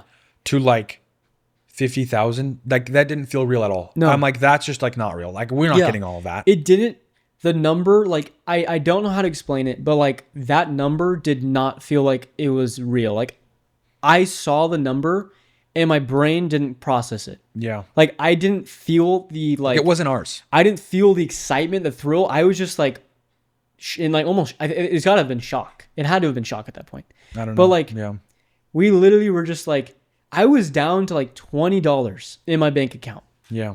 I was going to miss the payment for that month. And I did. But my dad let it slide because he saw the numbers too. You're like, Dad, look, I made 50,000. Like, Yeah. trust. And I was like, we don't get paid until the next month because Steam has it so they pay you 30 days after you make the money. Yeah. Just, I don't know why, but it's just their system. And I remember like thinking back, I'm like, at Target or at Costco, I was making maybe 1,500 a month, maybe. Yeah. And that's like enough to like afford gas, some bills, not really enough to afford a lot of rent anymore in California. But like, because we're in such an expensive state, like that just doesn't feel like it goes through that fast. Yeah. Like you really do have to budget for that stuff. And going from that to in one day making $50,000 was just a complete shock. Like no one could have expected that. Yeah. And I think that was the moment when we realized that like our lives were going to completely change. Yeah. That was like the turning point. Yeah. I don't think it fully like sunk in It that didn't, day, that yeah. first day. We just kept watching like each day after we were just looking and like We watching. were more like focused on what people thought of the game. Yeah. Like We were just trying like, to fix everything, Yeah. every bug that popped up. Yeah. Like we didn't even, I was watching like- YouTubers, streamers, anyone. I was just like watching videos and correcting bugs. And like, I also just like, I started feeling like kind of like weird at that point. Like even before we launched the game, like I just was like, I realized like as I was fixing bugs, I was like starting to space out a lot. Like even before the launch, I was like spacing out and I couldn't figure out why that was. And like we kept updating the game and like we were getting more and more like sales. And like by the 30th day of launch, before we got paid, our number was at $1 million. yeah. We had made $1 million. And I don't know if it was gross or net, but I think the game generated just $1 million. the game generated $1 million. And like Steam obviously takes a portion and taxes take a portion, which we did not know yet. Like we knew taxes obviously, but like we didn't know how much or anything about taxes yet. And I remember like we got paid a few days after that. And all of a sudden our business account had, I think it was something like $700,000. It had a lot. It was a big number. And we realized at that point, like once that number finally hit our account, we didn't know what we were doing. We realized we had a large amount of money Yeah. and no clue how to use it, how to spend it, what to do with it, how to like legally keep it. And we were like, oh dear is in a playable spot right now. We have fixed a lot of bugs. We Right even now- released one update for it. Yeah, we released an update for the game. That was in June, at the end of that month. So like we Oh got. no, it was still in March. It was a couple. Oh yeah, it was, like yeah, that yeah, first you're right. update. Yeah, you're right. March. Yeah, I forgot because that was a full release. But like, yeah, in March we released an update, and that was like Game with is some still in early access. landmines and was that That one? was no, that was after. That was just like bugs, and I think like Maybe a new map. I forget. I can't remember. But- It's been a minute. It was just a small update, and like at this point, yeah, we got our first paycheck, right? And we are still like none of it's processing for us. Yeah. Right. Like at this point, I think YouTubers that we watched played our game. Yeah. Like people that we knew and watched on YouTube before we even started game development were playing our game and enjoying it. We were in some of their streams messaging, like on our Cozy Cabin Twitch account. Yeah. And like people like, oh my God, wait, the devs are here. Right? Like so many, I don't know. It was just crazy experience. Yeah. Like these are people that we grew up on that I still watch to this day. And they like played our game. Yeah. And that was, I think, a moment for me that's like, what like we built actually just impacted so many people. I know. Like at that point, it was like, holy cow, this is real. Yeah. Like people that I watched are playing it.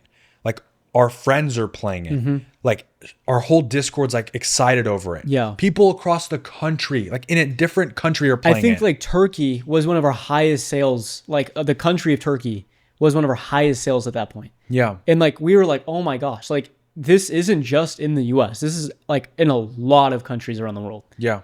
And like we were getting emails like by the hundreds of people asking, hey, can I upload this to YouTube? Can I play this? Can I like all this stuff? Like we were like, at one point we just like hands off the email. We're like, we can't do need the a email whole right now. like whole week to spend on that email to like go through all that. Yeah. So like we just like pushed the email to the side and was just focused on like an update and like figuring out everything. And this was the point where we realized we didn't know how to run a business. Yep. We realized we could make games, and we've made 2 games. But this was the point we realized we did not know how to make a business or how to handle a business. We now had Especially money. with this amount of money. Yeah, this is like if you were the IRS and you saw our business, which had now been here since 2023. In 2023, we didn't even pay taxes because we didn't hit the threshold to have to pay taxes yet. Yeah. And the IRS knows that. We went from that to now making $700,000 in a month, or like in the first quarter, pretty much. Yeah. Yeah. And we went from that, we went from $0 to $700,000. From the IRS's perspective, we just sold weapons to the cartel. And like, that's what I was thinking. We were running illegal. Yeah. Yeah, we were running illegal operations is what they're thinking. Yeah. And I realized, I'm like, we need to figure this out right now.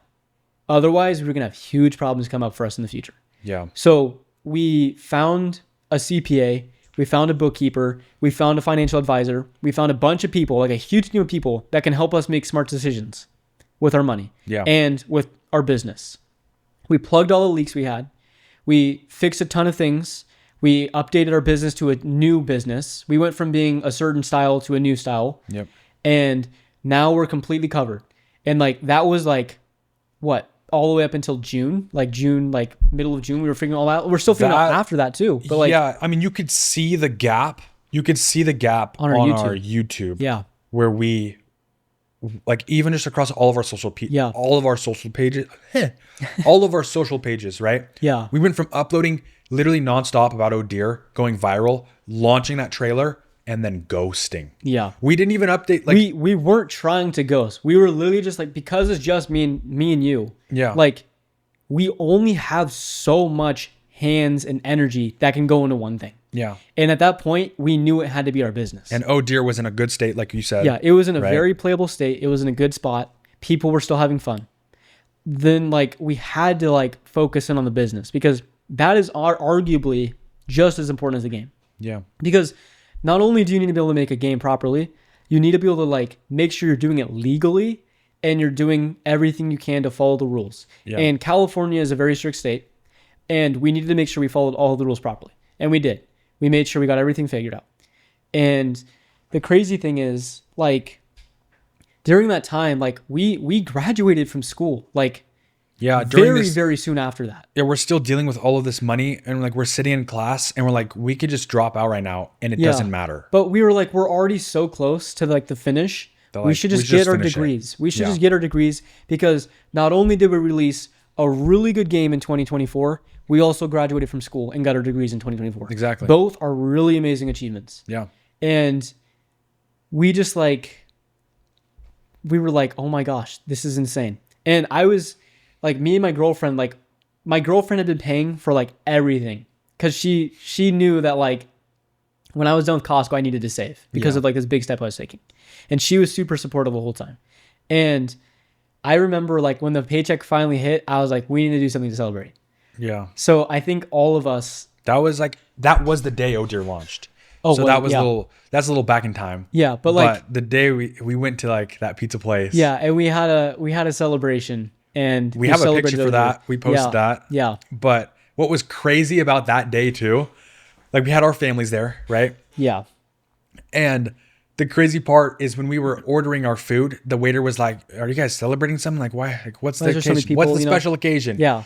And we told him like, I think your dad said it. He's like, "Oh, they're game developers. They just posted their first game." Yeah. Right. Or their second game. Yeah. And it's like crazy. And I think he looked it up in the back, and like I remember looking back there because the wait staff was all there like kind of talking, and like they looked it up, and they're like, "Holy cow! Like this game looks so like, fun." "Oh my god, I've seen this before." Yeah, I know, it was insane, and just like that feeling of like finally doing it, like we finally have like done something that like people have recognized and that has done well financially, and we were like, "Oh my gosh, this is crazy." And like after that, like we were like, the game is still in early access, so we should start working on an update. And we just kept working like 10-hour days, like every single day, like just making this update. Yeah. And I remember like I just like that feeling from earlier of like just like that fade, like that hazy feeling was just coming in again. Mm-hmm. And I was like, why am I like feeling so like unmotivated? I'm like, I should be in the most motivated point of my life right now. Yeah. And like I was like, why am I like not wanting to code right now? And I just kept battling that. And we got close and close to the update. And this is when like my girlfriend was saying that she was going to continue going through school because she wants to continue like with her education. And she was telling me the school she wanted to go to. And I'm like, oh, it's far away. I'm like, that sucks. And I was like, well, I have the money now where I could follow her. But I'm like, I also don't want to leave my business partner. Yeah. I'm like, I have to make a decision here. And I'm like, I'll try to convince you to come with me. That way we can stay together and like maybe try something new, right? Yeah. So we started looking at getting a rental in the new area. And this was also while we were updating our game. Yep. And I remember we found a rental that we liked, and we were like in the process of trying to get it. And it was a struggle because we don't have credit or like anything yet. We have no experience. Yeah. We're literally what? At this point, we're 20-year-olds? 20-year-olds, yeah. So like we're very young, and like people obviously look at us differently because we're young. They like may not take us as seriously, and like that's okay. I mean, we were like, that's how we lived our whole lives. And now that we were all of a sudden doing all of this adult stuff, we were trying to like get it all figured out and like trying to figure everything out. And I'm glad we had help doing it, because if we didn't have help, we wouldn't have been able to figure it out. But around this point, like we got, I think it was like June 27th, we got an update out, and like it was the finalized like Oh Dear release. That was Oh Dear release. Full release. We released 5 new maps. Yeah. I think like some game modes. Yeah. Yeah. A settings thing, I think. And after that, it was like, okay, we released Oh Dear. Time to lock in. Yeah. And that was like when we moved. We then moved to our rental. And the thing is, we moved in July. On July 1st, I'm pretty sure. And in California, in our area at that time, it was the hottest day of the entire year that day. Oh my gosh. And it was just me and Mason moving because everyone had something that day, which was so sucky. Like everyone was busy that day. But that was the day we got our rental. And we're like, we just want to move in fast so we can get right back to work. Yep. And so we load all of our office equipment first. No mattresses, no beds, nothing. We load in all our office stuff and we drive. 2 SUVs. Yeah, 2 SUVs. And like we were with our families at that time. So like we didn't have any like personal things besides like our bedrooms. Yeah. And we were like, okay, we can start fresh in a new place. Let's like get all of our office stuff there first. We get there. We unload everything. And we're like, we don't even have cups or plates. So we're drinking root beer out of a like water bottle, I have a picture. Yeah. We're eating pizza out of the box as we ordered like pizza guys or something like that. I think that night, since we only had our setups, right? We went to Target, the Target in the area. Yeah. Picked up some air mattresses, right? Yep. Some sheets. Yep. We had our pillows, I think. Yeah, we brought pillows. But we go back, set that up, and yeah, we had like pizza guys as well. Yeah. No cups, no plates, no silverware, no nothing. Yeah. And like that was Crazy. a crazy experience for sure. That's still a core memory of mine. And we're like trying to figure out PG&E and the water and like everything, and Our like we're bills. trying to like figure out like, oh my gosh, like we have never owned our own place, and like Yeah. let alone rent either. And like we're like figuring everything out right now. And like it's just me and him. Like we didn't really have that much help. Like our family gave us advice, but like they didn't like give us like help because we were far away. Yeah. Like we were like far 2 enough hours. away where like it wasn't easy to like just drive over and do anything. Yeah. So we're figuring this out. I'm asking tons of questions like my family, like trying to figure everything out. And we get settled in after like I think like a full like month. It took like a full Fine. month. Yeah, it was a long phase for sure. Yeah. Just because we had to figure out how to like live on our own. Yeah.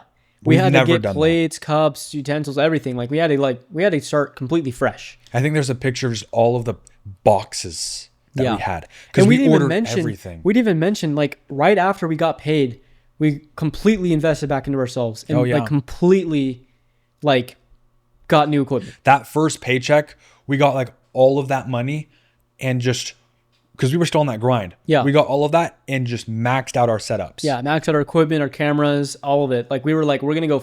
This is what we're gonna do now. So Yeah. we're gonna go full into it. We invited our friends over.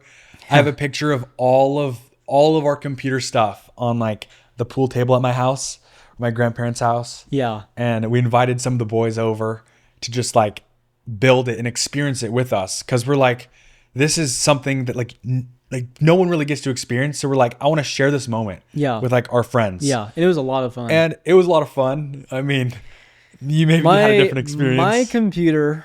Okay, so we both got 2 new computers because mine had been struggling a little bit on like some of the like the Unreal stuff. So I'm like, I should upgrade it, and we both did. Yeah. My computer was giving us a fight, to say the least. Yeah. We had to stay up like 2 full days straight trying to debug it and fix it and figure out what was going on. But that thing was one of did the- not want to work. That was one of like the first days. Like I stayed And up a full day. we've built computers before, and one of our friends, like he's very good with computers. Like he knew Yeah. what he was doing.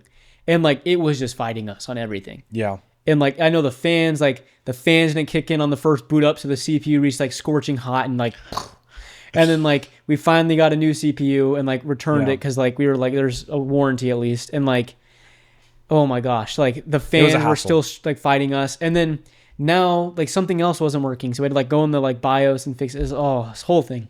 And like we got it all working, got everything moved to the rental, got everything situated. A month later, right? And we're A few like, months later. we're finally ready to keep working now. Yeah. And, This like- is what, for like a timeline perspective, this is like middle/end Maybe of August. 2024. August area, like sort of fall, like kind of area. Yeah. And we're like, all right, let's make an update to ODIR, right? And I get on my computer and I start working, and I'm like, holy cow, like what is this feeling I'm having? Like I'm like, I just can't. Like I can't focus, can't Yeah. write the code, can't be motivated. Like I'm not motivated. I'm like, I should be more than ever. I'm like, we're finally at a good position.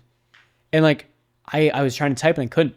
I had like the worst burnout I think I've ever experienced in anything in my life. Yeah.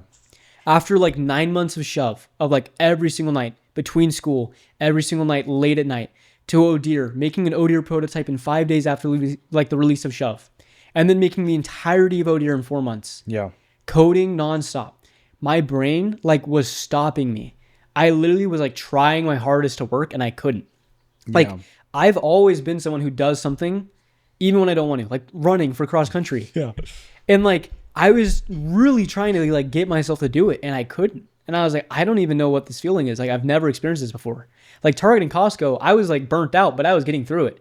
And I was like, I don't know what it is. I just like, I need to take a break. Yeah. And I felt like I had a break, but I was like, then again, I didn't because we were moving that whole time. We were moving. We were dealing with all the business stuff. It Yeah. really wasn't. It was like an illusion. It was a break from It coding. felt like a break from work, but it wasn't a break from everything else that we were doing. Yeah. And so like our Discord and like our YouTube and comment sections were like, when's the next ODIR update? When's the next ODIR update? Right. And I'm like really trying to push myself to do it, but I couldn't. And I was like, I wonder if this is like how Danny felt when he like left YouTube. I'm like, this must be like burnout, like true burnout. Yeah. And I'm like, I wonder this is the feeling that everyone talks about. Like, you don't want to reach this point. I'm like, I must have reached it because I literally could not find like it in me to like code. And it wasn't that I couldn't. Like, I would go on, I would code for 15 minutes, and then I would just like not be able to anymore. Yeah. And like, it's not even like I couldn't motivate myself. It's just like the brain part of me Just gave up and would not think of like the next step after that. I'd be like, what did I just write? What was this doing? What was I trying to work on? I like couldn't even think of it. And I was like, oh my gosh. So like 2 months of that. I think we released an update, but I had like 2 months of that, of like just trying to like. Wasn't it like a tiny, just like you're talking about the bugs? Yeah, right? it was just like some small stuff. Wasn't anything crazy. Yeah. And like that was a really weird point for me. I was like, I just need to take a break for a bit. Yeah. And I did. And it was really refreshing.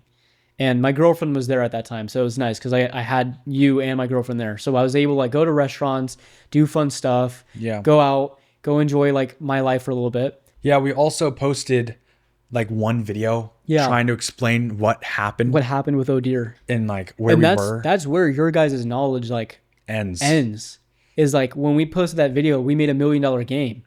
And like, I remember we were reading the comment section. People were like, oh, no, you didn't. There's no way. You have like 1,000 reviews, right? Yeah. And we're like, we wanted to be like, yeah, we did. But we also just wanted to like make a video and address that.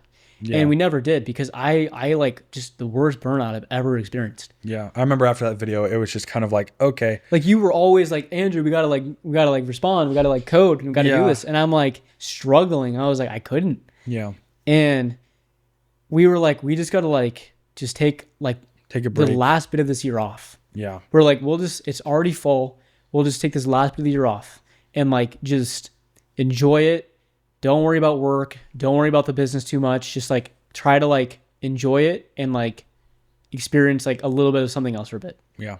And that was when you found Unreal Engine, having that party thing in Seattle. Yeah. So this is when we found Unreal Fest, right? I was over I was over in your office. Yeah. Right. You were down in my office with me. I was down in your office.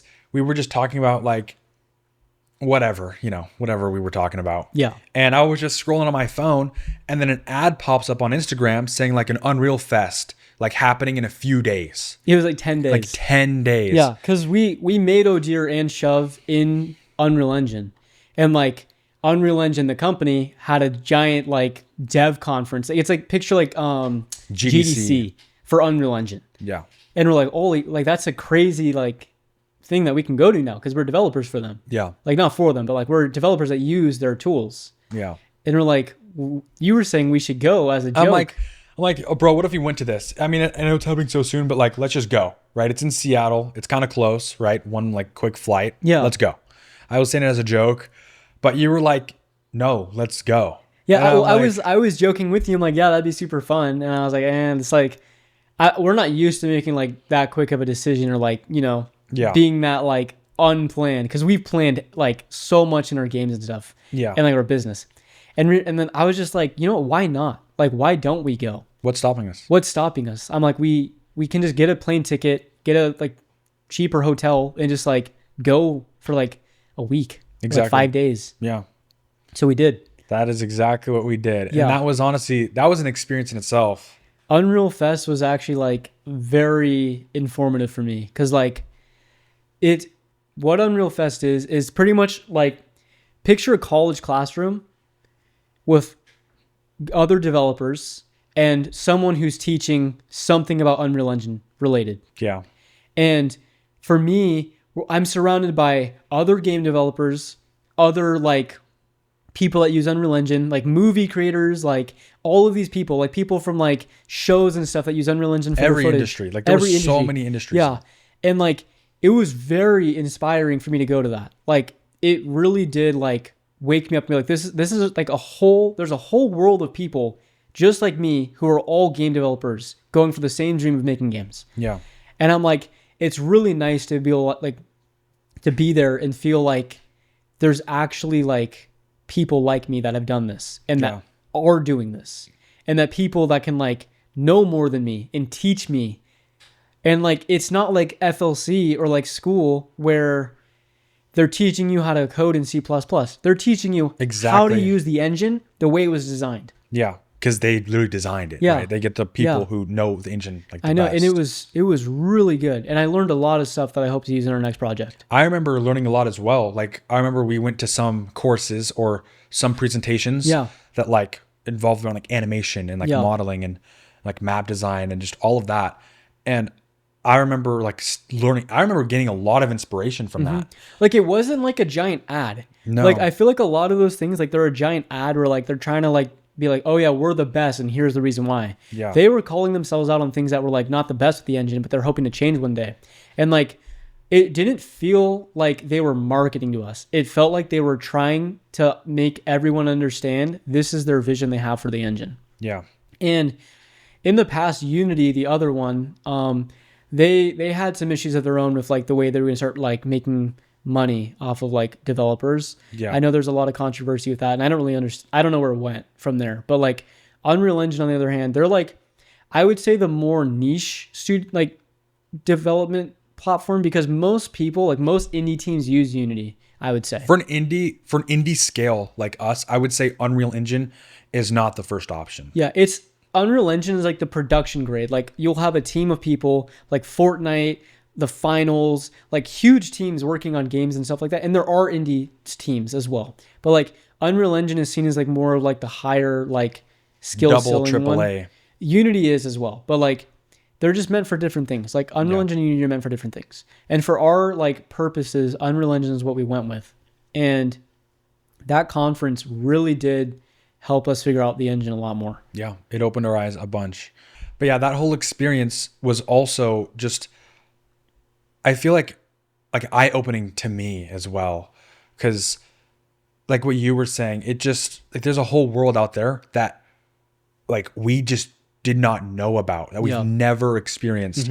Because we've just been experiencing it from the stuff that we know, right? Yeah. That we're just behind our own screens, making our own videos and reading the comments and like watching other YouTubers, right? That's not really real. Like those videos aren't always what like game development is Yeah. and like the real life behind it. So when we went to this like conference, like it was just like a breath of fresh air, right? Yeah. Like traveling first off. We got to ask the people who we watched and like other devs what their story actually was. Yeah. And it wasn't like they were showing us the best parts of their development. It was like they were saying like, oh yeah, this is super hard.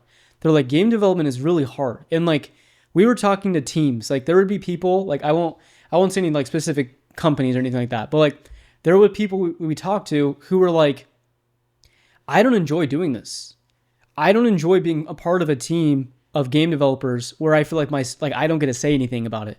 Yeah. And they would look at me and Mason as two like very fresh game developers who own their own studio, and they were like, I wish I started my own studio because what you guys are doing is in your control. And that goes back to like what I was saying at Target and Costco. Is like I felt like I didn't have control over that.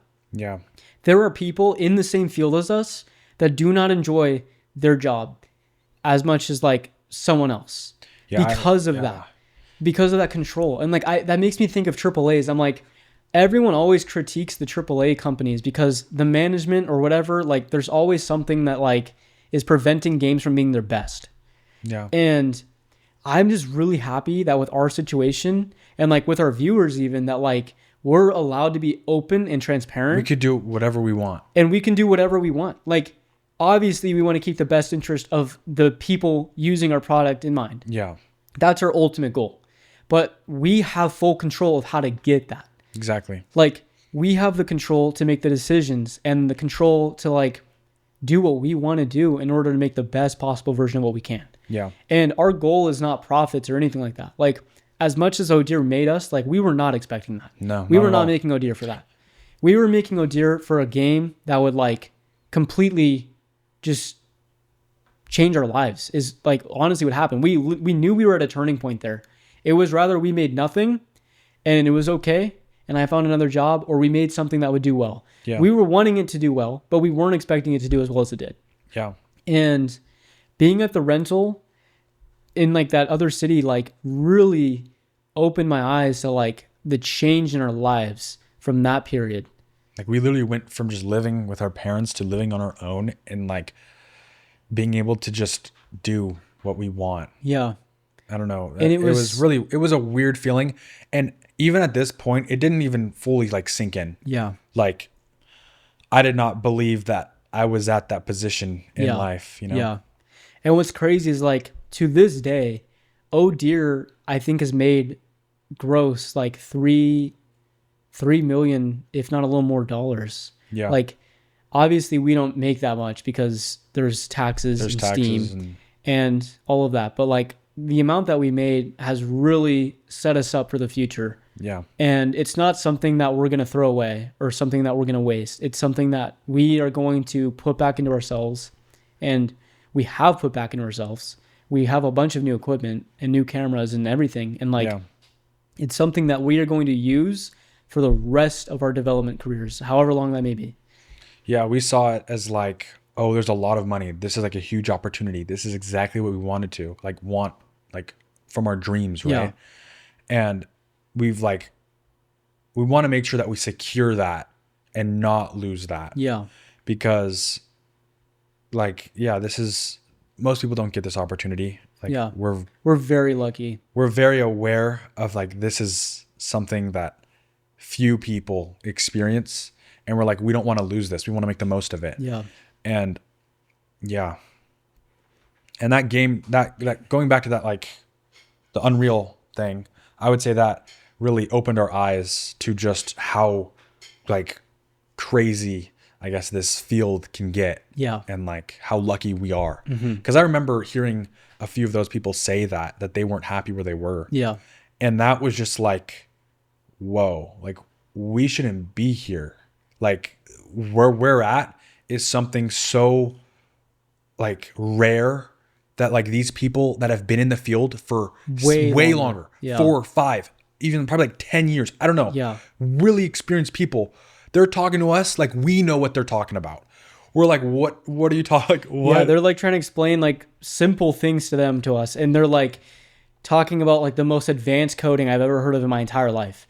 And I'm like, I don't know what you're saying to me, but I'm trying to listen to my absolute best. And I'm like, the fact that you don't feel like you are doing like good is crazy to me. Yeah. Cause like, what have I done? You know, like to like the scale of that. You know way more than me. Like, yeah, I'm like, you know way more than me. But like at the same time, I have gotten to this point where like I have been able to make my own game.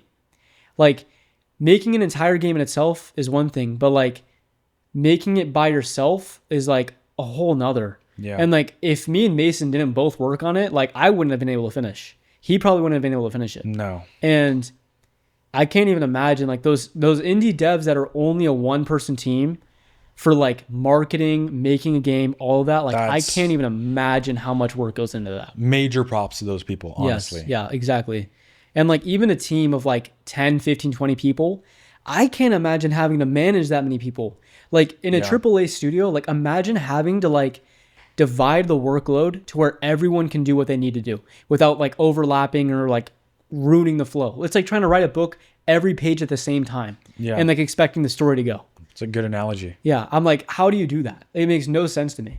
And I'm glad that we're a small team where we are able to like both have control in our own areas without overlapping, but we're not big enough to where like there will be issues with that. Exactly. There are obviously creative differences, but like we always work through them very easily. We iron out and just try to figure out what's best, or we both do it and see what the people like. Yeah, exactly. And that is something that like after Unreal Fest, like that is something we're talking about. Like we need to figure out a way to like get back in with our community because for them, it's probably been an eternity. Yeah. For us, it felt very quick. And like when we got back from Unreal Fest, we were like, we got to figure out some community thing. And I remember that like we hadn't really like fully celebrated Oh Dear yet. Like we had like that little dinner party and like celebrated it, but like me and you both hadn't had a moment to like fully celebrate what we'd done. Yeah. So we decided to do like a last minute trip to Disney World, and like that was like what, December 1st or whatever we got there. Yeah, we literally got back from our trip to Seattle, right? Yeah. From the Unreal Fest, and a few days later we were like, all right, let's celebrate. It was over the holidays. Yeah. So we were both busy with like sell like the holiday season Yeah, stuff, right? yeah. So we knew like, okay, let's just take some time off. Let's go experience like a week. Yeah, Was it it? was like like A 5 week days. for ourselves to like Disney World. And then when we get back, we can just take the rest of the year off and then like end it there. And then what we'll do is when we get back, we'll just go full into it. Exactly. That was the And mindset. that Disney World trip was actually so much fun. Because like Mason's never been. I've been one time and like I didn't really remember everything, but like it is so much fun. Like, That was so cool. Yeah. The fact that, I don't know. Words can't even describe it. it was but really inspiring because like it's like how can so many people be in one place? And like I know it's lines are so many crazy. lines. But like if you haven't gone to a theme park before, like I feel like you should try it. Even if you don't think you'll enjoy it. I feel like just going and just experiencing it is like such a cool like thing. That It's first experience, that like awe, the especially whole- at Disney The World. whole entire thing is designed to like make you feel like you're having fun. That like whoa, the Yeah. whoa factor. Yeah. And I think Disney World has some good rides there. Yeah. And like it was just so much fun. Like It the was. whole experience was fun. It was also a good time to just like recuperate and like brainstorm ideas. Yeah. Right? Because we had plans, but like we didn't really have the time yet to execute on them. Yeah. So like it was a good time to just brainstorm and like get ready for the next year. And yeah, that was like right about the time because like we had Christmas, I had my Came birthday, back. Yeah. and then the new year started, and we were like, we're gonna hammer this strong. And then 2025. yeah, present year right now. Yeah, this year. So yeah, Andrew had his birthday on the 22nd. What did we do for that? We went to an Italian restaurant and had dinner. Yeah, that's right. We just went out. Yeah, That we was just went to good. dinner. It was a very good birthday. And then my birthday is a few weeks later, so January 11th. Mm-hmm. We both turned 21. That's right. We both tried like drinks on our birthday. Yeah, I mean, yeah, we did. I like a couple sip, but like it Yeah. wasn't crazy. I had to dry, so I couldn't really do much. But Yeah. But that was like I was feeling sick around that time. yeah, and that was Project Wars is what we were doing then. We were also doing Yeah, Project because Wars. like at the end of like 2024, we were like, we want to make a game with our community, and like we want our community to feel involved with what we're doing, like because as someone who has played games my whole life, I've always had the idea of like, oh, I wish I could just like make a game in my mind, and then like that could be a game, like yeah. I feel like I have good ideas of games, and like I felt like that when I was younger. And I'm like, I feel like our fans probably feel the same way, and like our viewers feel the same way. Like they want games that they can't make. So I'm like, what if we made a like game where we combined everyone's crazy ideas, no matter how bad they are, and they were bad, but like, They were really bad. yeah, imagine we make a game out of everyone's ideas, and we Yeah. can call it like, what was the name? It was Platform Wars. Platform Wars. Because we had TikTok, YouTube, and Instagram all suggesting ideas for a game. This was also, by the way, when TikTok was getting banned. Oh yeah, this was like the week everyone thought TikTok was going to be obliterated. So we Yeah. were like, TikTok might not be on the roster much longer, so it might be a YouTube, Instagram game. Yeah. But But we worked on that. We got like 2 videos out. yeah, which is crazy because we were going crazy. We were in full force. We were ready to go complete full force on that. We had a whole like outline of the year of what we wanted to do, right? And like at this time, I'm not feeling 100%. I'm like, I think it's just like a regular sore throat, like that I'm feeling, right? Because we just got back from a lot of traveling, so Yeah. I'm like, oh, I'm just sick with something I caught. And then, my 21st birthday hits. I'm like, dang, I'm like 21 21 now. Yeah. That's crazy. And then, I didn't get better. Like that was when like I'm like, okay, like I'm like still sick. Like I went to the doctor, right? Just my primary care doctor. She was like, oh yeah, you just have like a sore throat. I'm like, okay. But like my main symptoms just weren't going away. And I was like messaging my doctor. I'm like, hey, something is still wrong. Like my sore throat is like no longer the issue. Like I've always gotten sore throats. This is something more than that. So like we were like playing just Marvel Rivals. We Yeah. were on that Marvel Rivals grind, Yeah. right? We were working on Platform Wars and playing Marvel Rivals and Yeah. doing that whole thing. And it got to the point where I'm like, okay, like something's clearly wrong with me. Like I don't know what's wrong. My primary care like doctor does not know what's wrong. They call me and they're like, yeah, so are you still dealing with these like symptoms? Because I wrote them a message. I'm like, hey, blah, blah, blah, blah. Right. Yeah. And they're like, yeah, are you still dealing with all this? And I'm like, yeah, it's honestly getting a little worse now. And they're like, okay, we don't know what's wrong with you. Go to the hospital.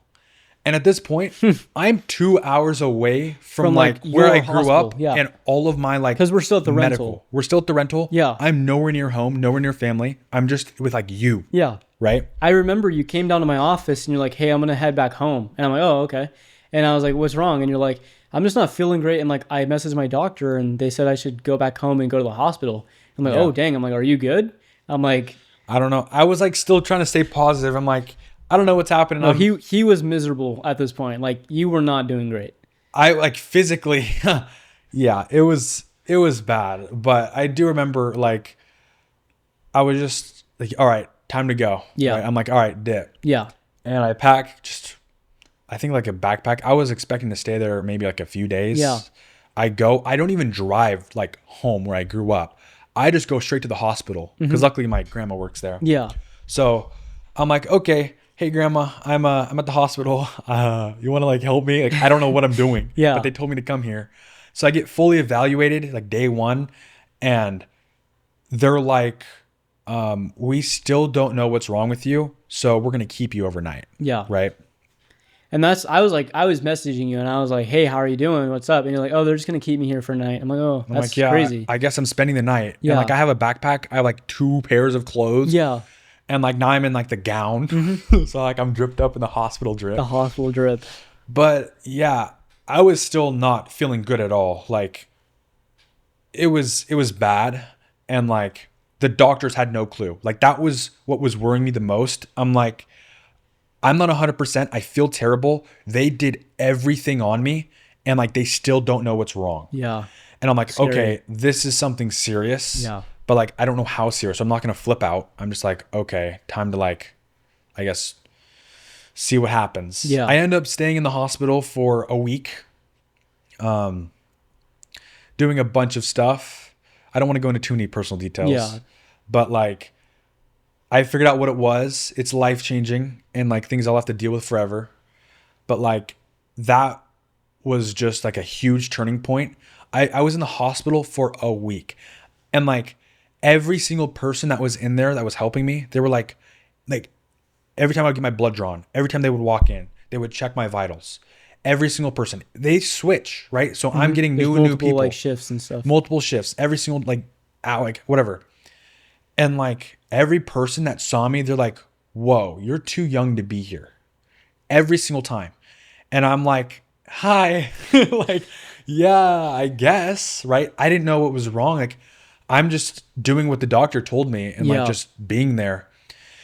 But eventually, after figuring out what it was and getting the news, I was able to like leave, Yeah. right?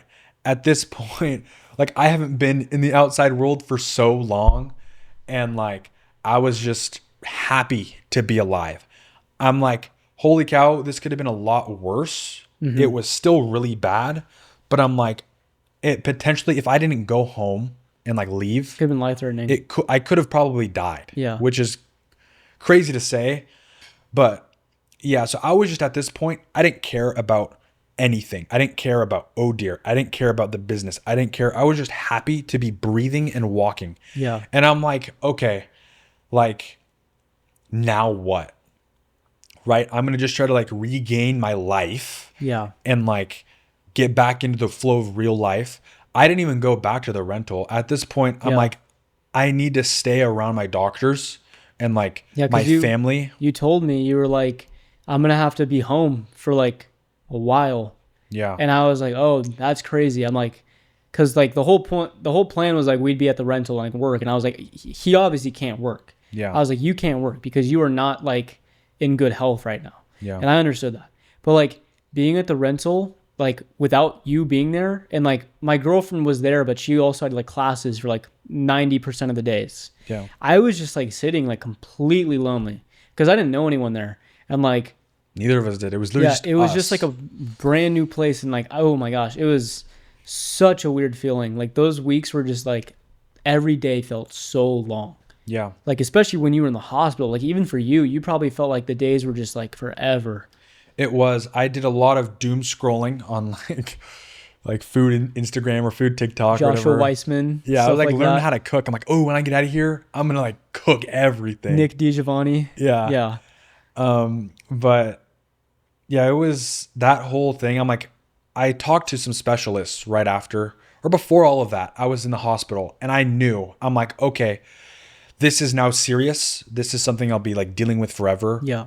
I'm going to have to stay home. I like that my doctors told me that. And I'm like, okay, I have to tell like you that. Yeah. And, like, I didn't really know what that looked like. I didn't know what my life would entail after that. Yeah. I didn't either. And it was just at the point where I'm like, okay, I need to let like some Discord people know. I think a little bit later, finally, when I got home and like more settled, home as in like my grandparents' house, not like back at the rental. Yeah. You convinced me like we just gotta like let the Discord know because Yeah. we disappeared for a month. We were in the middle of Project Wars and like Max we work. were literally like at the point where we were going to be dropping a video every single week. Yeah. Because like we were just fully ready and my burnout was completely gone. Because like that Disney trip and the Unreal Fest and all that like break was really good for me. And I remember like you were telling me how you were doing and I'm like, dude, we need to let our Discord know or we need to let some of our viewers know. Otherwise they're going to think like we just like dipped out of nowhere. Yeah.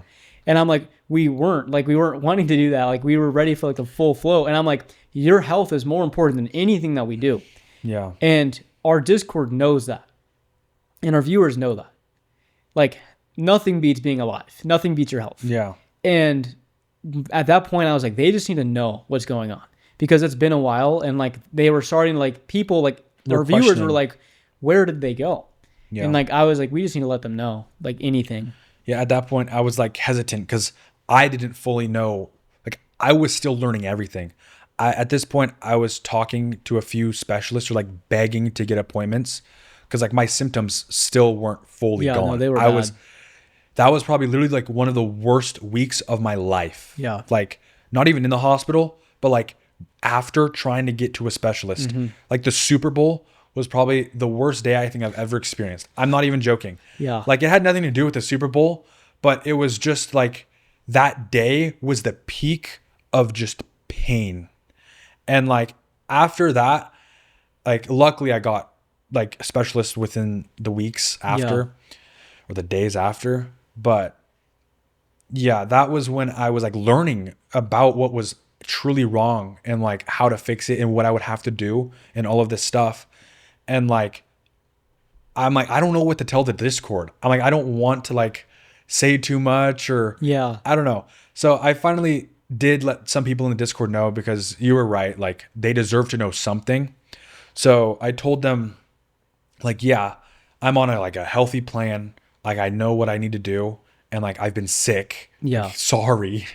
No, you don't have to apologize to them, bro. Yeah, Like, but it was just like, that's where we've been. that's just where we've been. And like, we didn't want to ghost. Yeah. But it just happened It that just way. has to happen that way. Like health is the most important thing. So And that was when we decided to just because I was no longer at the rental. And Yeah. at the rental we had everything. Our setups, our work, our everything, our yeah. cameras, everything there.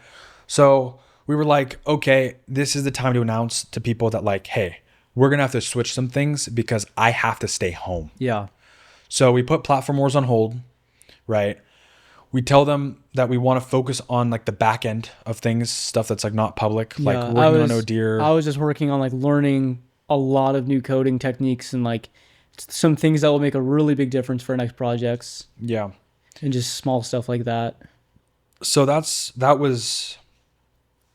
is still, this is all 2025, which is crazy. And then, so once we just determined that that's what we wanted to do and like we privated all of our platform wars videos. Yeah. I don't know if we'll ever come back to that. Maybe in the future. I'm not sure. There's no plan right now. Yeah. But yeah, there was that was that. And I remember because like this was like maybe like 2-3 weeks after you were out of the hospital. Yeah. And like you called me and you were like, my specialist says like I need to be at home, like near the area. And I was like, that makes sense. I was like, that totally makes sense. And we were only like, we had a rental lease for like a year, and this was probably like 4 months in. Yeah. And the issue was, No, this is like more. it was about 4 months at this 4 or point. 5 maybe. 4 or 5 possibly, yeah. Yeah. This was the point where we realized like we're not going to be able to work for a bit, and the point where I realized like I'm going to be here by myself for a long time. And I was like, I am a very social person at heart. Like I'm very shy and awkward sometimes, but like I am a very social person. I remember you'd be calling me a bunch. Yeah, I need social interaction to like keep me going, because like I'm always been very social. So like when my girlfriend was having like her heavy classes and stuff, she'd be in school and she'd see me on weekends and like as much as she could. Yeah. And that like was probably the only thing that kept me there as long as I was. Yeah. But the sucky thing is like with you gone, we couldn't work. We couldn't like talk. We couldn't do anything. And like I didn't even know how you were doing fully, because like I'd be messaging you like every other hour, like, hey, are you doing good? How are you doing? And like I didn't know, because like you would be like trying to recover. I went ghost mode on everyone. Yeah. I didn't respond to I had to, like, I didn't care about anything. I just locked in on me. Yeah. Because I knew like I just needed my health back. Yeah. I was not myself. I shut everyone out. Yeah, and I had to like pry in. I had to like call you, because like texting you wouldn't respond. I'm like, I don't want to like. Yeah, you didn't have energy for that. Yeah. So I would call you like, hey, how are you doing? You doing all right? Yeah, all that stuff. And like, I remember I was talking with my girlfriend, and I'm like, I think that we're gonna have to like move back home. And I was like, I don't want to move back home because you're here, but at the same time, like I can't stay because I can't work here, and I am alone here. Yeah. And it was a very hard conversation, but it went very well. And yeah, I decided, I was like, me and you should start looking for a house down here. Yeah. And we were at the point where like we could rent again, but like it just made more sense financially to just buy a house and just do loans and stuff after that. But like we found a place, and this is the place we're recording in right now, actually. Yeah. Very nice right house. Now. We love it a lot. And we're going to start recording a lot more in here. And at that point, we were looking for this house, and we found it. And I just drove down, and we looked at it, and we liked it. And my dad does real estate as well. So like he helped us make sure we knew what we were doing. And he helped us out with that, which was a really, really big help. And we got it after a few weeks, or maybe a month or two. It was literally, so yeah, when you're going to find a house, right? You normally have a few options. You don't just go and buy the first house you look at. But for us, the first house, which is this house, one. Yeah. The first house we looked at, you were like sleep deprived. You were so tired because you came the night before. Yeah, I don't know what it was, but like I had very low energy that day. Like when we were looking at this house, I had the worst headache I've ever had, and like it was weird. I don't know. I was just thinking like a weird mode that day. But like we looked at this house for like 20 minutes. I remember walking. Yeah, I think we carpooled, and like we got here, we looked through it. It was beautiful, and I'm like, I didn't really like walking through it. I'm like, okay, like this is really nice. Like this is really well like put together. Yeah. And then like when we were done and we left, I told you, I'm like no joke, I could see myself living in that. Like I know it's weird to say that. Like we just looked at, it's the first one we looked at, but I'm like, I could genuinely see myself living there. Yeah.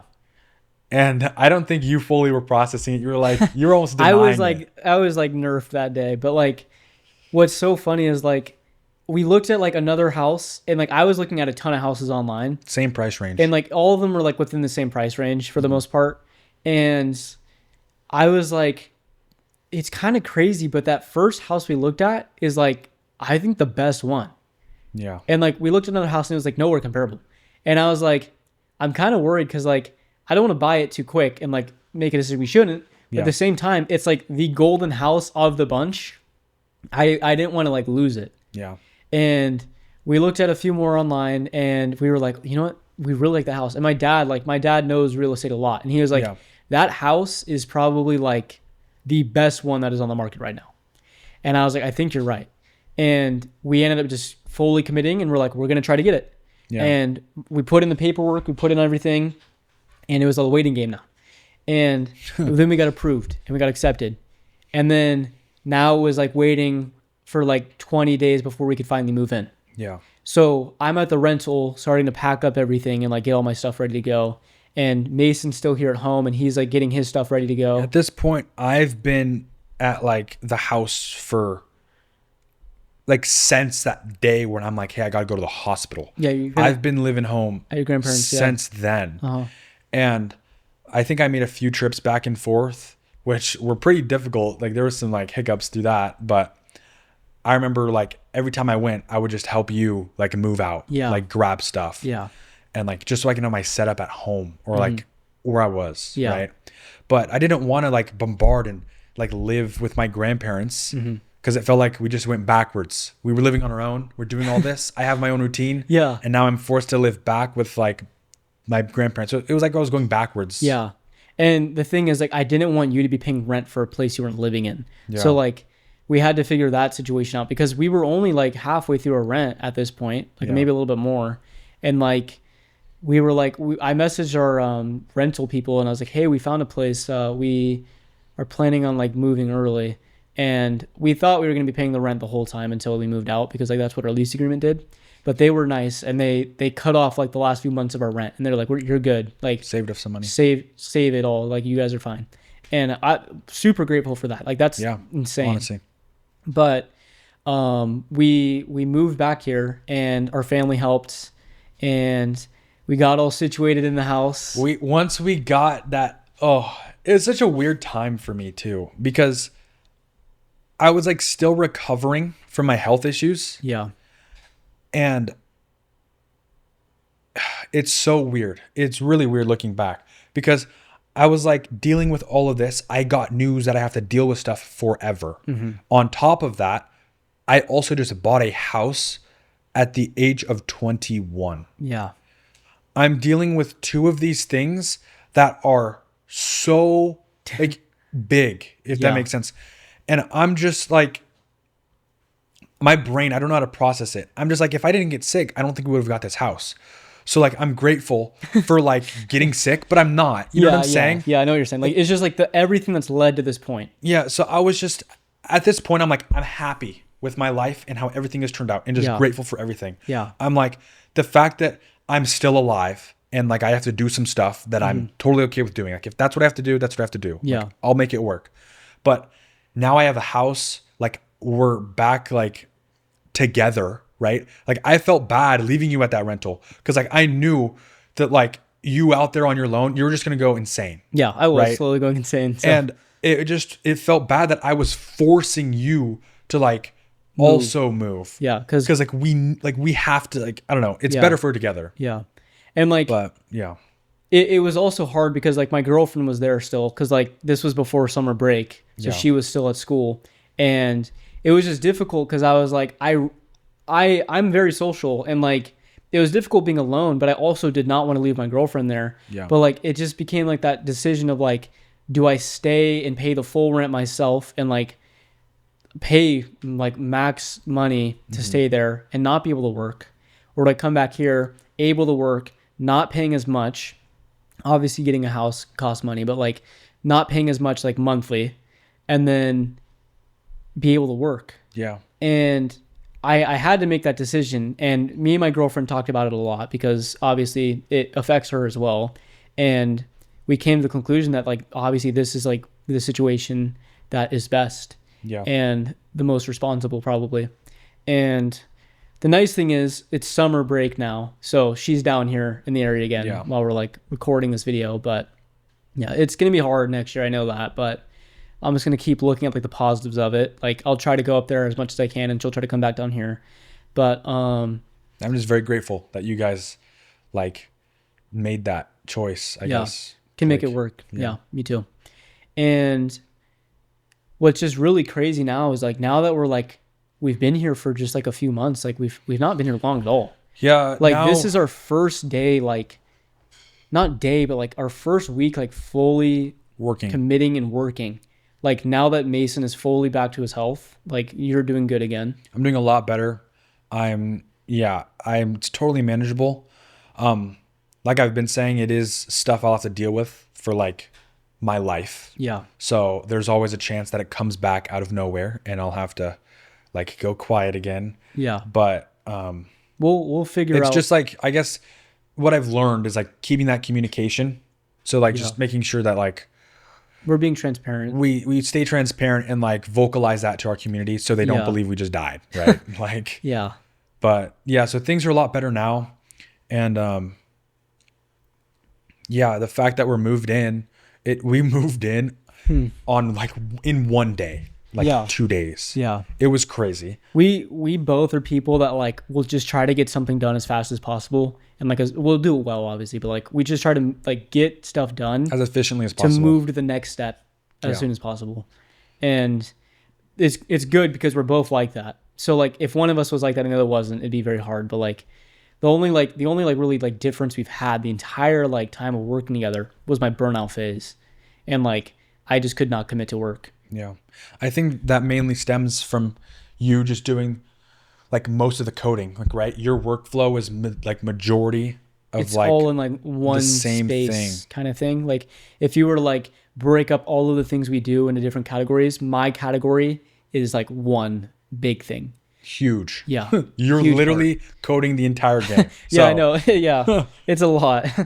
And then, yeah. And then I'm doing a bunch of smaller creative things. There's still big things, but like it's a lot of variety, which is very nice. which helps me. I'm very like, I love that. And like it, like one day I could be working on animations. The next I'm editing a video, Yeah. right? The next I'm helping you model or Yeah. like get something in the game. Like, Yeah. I love it. But I think that difference between our workflows like is what why. contributes to that. Yeah. Yeah. And I like my workflow. Like I like being the developer of like Yeah. the game, like the coder. And like I don't regret burning myself out for Oh Dear and Shove because I knew it was what needed to be done. Yeah. But like now that we are in a more sustainable spot, we can definitely like You don't need to push yourself. We can work better on like- not doing that. You don't need And to be now as that extreme. we're like now that we're back to like our home area, I have friends, family, my girlfriend's still here right now. And like this point is where like we're just gonna keep climbing. Yeah. And like health issues, like we can manage, like we'll figure out like how to deal with that if that happens. Yeah. And like we can figure it out from here. And like we have a lot of plans in our head for what we want to do. And we don't want to say anything because we've done that with Shove and other games in the past. We don't want a false promise. We don't want a 'Cause false promise. We don't know what can happen. And like just literally looking back at everything that has happened and everything that has happened unexpectedly, Yeah. right? There's no, like, we don't want to promise anything. So yeah. We won't promise, but we can just tell like what we want. yeah. I'm fine saying that. Yeah, I don't mind at all. And Like, I think we the have- viewers are gonna know that. Yeah. So what we've talked about like this week. So like now we're back to here, present day. Moved in, fully settled in, Shove's done, Odier's done. I'm back up running. We're here. Mason's health is back to normal. We're like normal in the sense of like I can you're at least doing it. function. Yeah, you're good. Our plan from this point forward is like 3-4 main things. The first thing is we want to be a lot more open with our community. We want to be honest with you guys about everything we're doing. We want you guys to know what we're doing and like where we're going from here. And that's why we're having this talk. The second thing is we want you guys to know that our main goal for this channel and as a team is to make games. Yep. And we also make videos. But our main goal is to make games. And we want to be best at both of those things in our own realm. Like we want to be the best at what we do. Yeah. We want to put our full work and attention into that. How we get there changes every single day because we both are thinking of new ways, new ideas and everything. But right now, with the way that things are moving, we want Oh Dear to stay how it is for now. Yeah. We like where Oh Dear is as a game. We know the replayability is the main reason why like there are people that don't like the game and why people get burnt out of it. Yeah. But because Oh Dear was made for that loop, that game loop of like it is a quick game to play, we don't want to like completely revamp the game like in a whole new way that like isn't Oh Dear anymore. It's Yeah. not the game people originally bought. And where we're going to go from here, hopefully, is a style of content on our videos that is way more transparent, way more open, more of a vlog style than anything. and we want to make longer form content, like not like hours and hours, but like we want to make. This video is probably an hour. Yeah, way more than that. I don't know how long this video is, and I hope it's not like dreading at this point, guys. But our goal is to have it be a lot more personal to us, because we are two people, and like we are a company, but we don't want to market our company. We want to market ourselves, in the sense of like, we don't want you guys to see our logo and think, oh yeah, that studio is good. We want you guys to know that we are a 2-person team, and 2 very different people at that both have one goal. And we hope that everything that we've talked about today helps put our lives in a bit more perspective for you guys. Yeah. And we hope that like saying all of this can even inspire just one of you guys to maybe take your own steps and try something new. Because if we hadn't, like, I can't even imagine where we'd be right now. But we're just both so grateful for where we are right now. Yeah. I think you said it pretty well. Yeah. Looking back, I would have never guessed any of this. Even when we made like our first like game, like I would have never expected to like get that opportunity or like get this position. Like I wouldn't change a single thing. Yeah. Like, everything that we've like, I wouldn't either. Everything that's led up to this moment has led up to this moment for a reason. Yeah. And now we're finally, fingers crossed, in a position where we can fully just put our ideas, like turn our dreams into reality and create things that we want to do. Yeah. And hopefully we can bring you guys along with us and be more transparent, like Andrew was saying, and switch our content style up to be more relatable, I guess, or just more open. Yeah. Show like the real side of game development and the fact that it's not always fun, not always sunshine and rainbows, right? Yeah. But yeah, I think that's the goal for this channel and for like the future. Yeah. And yeah, I think the next step right now for us after this video goes live is to work on a new project and then create something completely new. We've tossed like a few ideas around. We're not going to probably share it in this video. Yeah. But the next one will probably have it. Yeah. Or it'll be an Oh Dear video. Actually, I don't even know if we'll make a video for Oh Dear. I don't know. We'll see. We'll see, honestly, because like we do not have an official plan yet. We are figuring it out today, probably. Figuring out as we go. Yeah. And we want to be honest with you guys about that. Like, we're 2 like 21-year-olds right now. Like, we are figuring out everything as we go.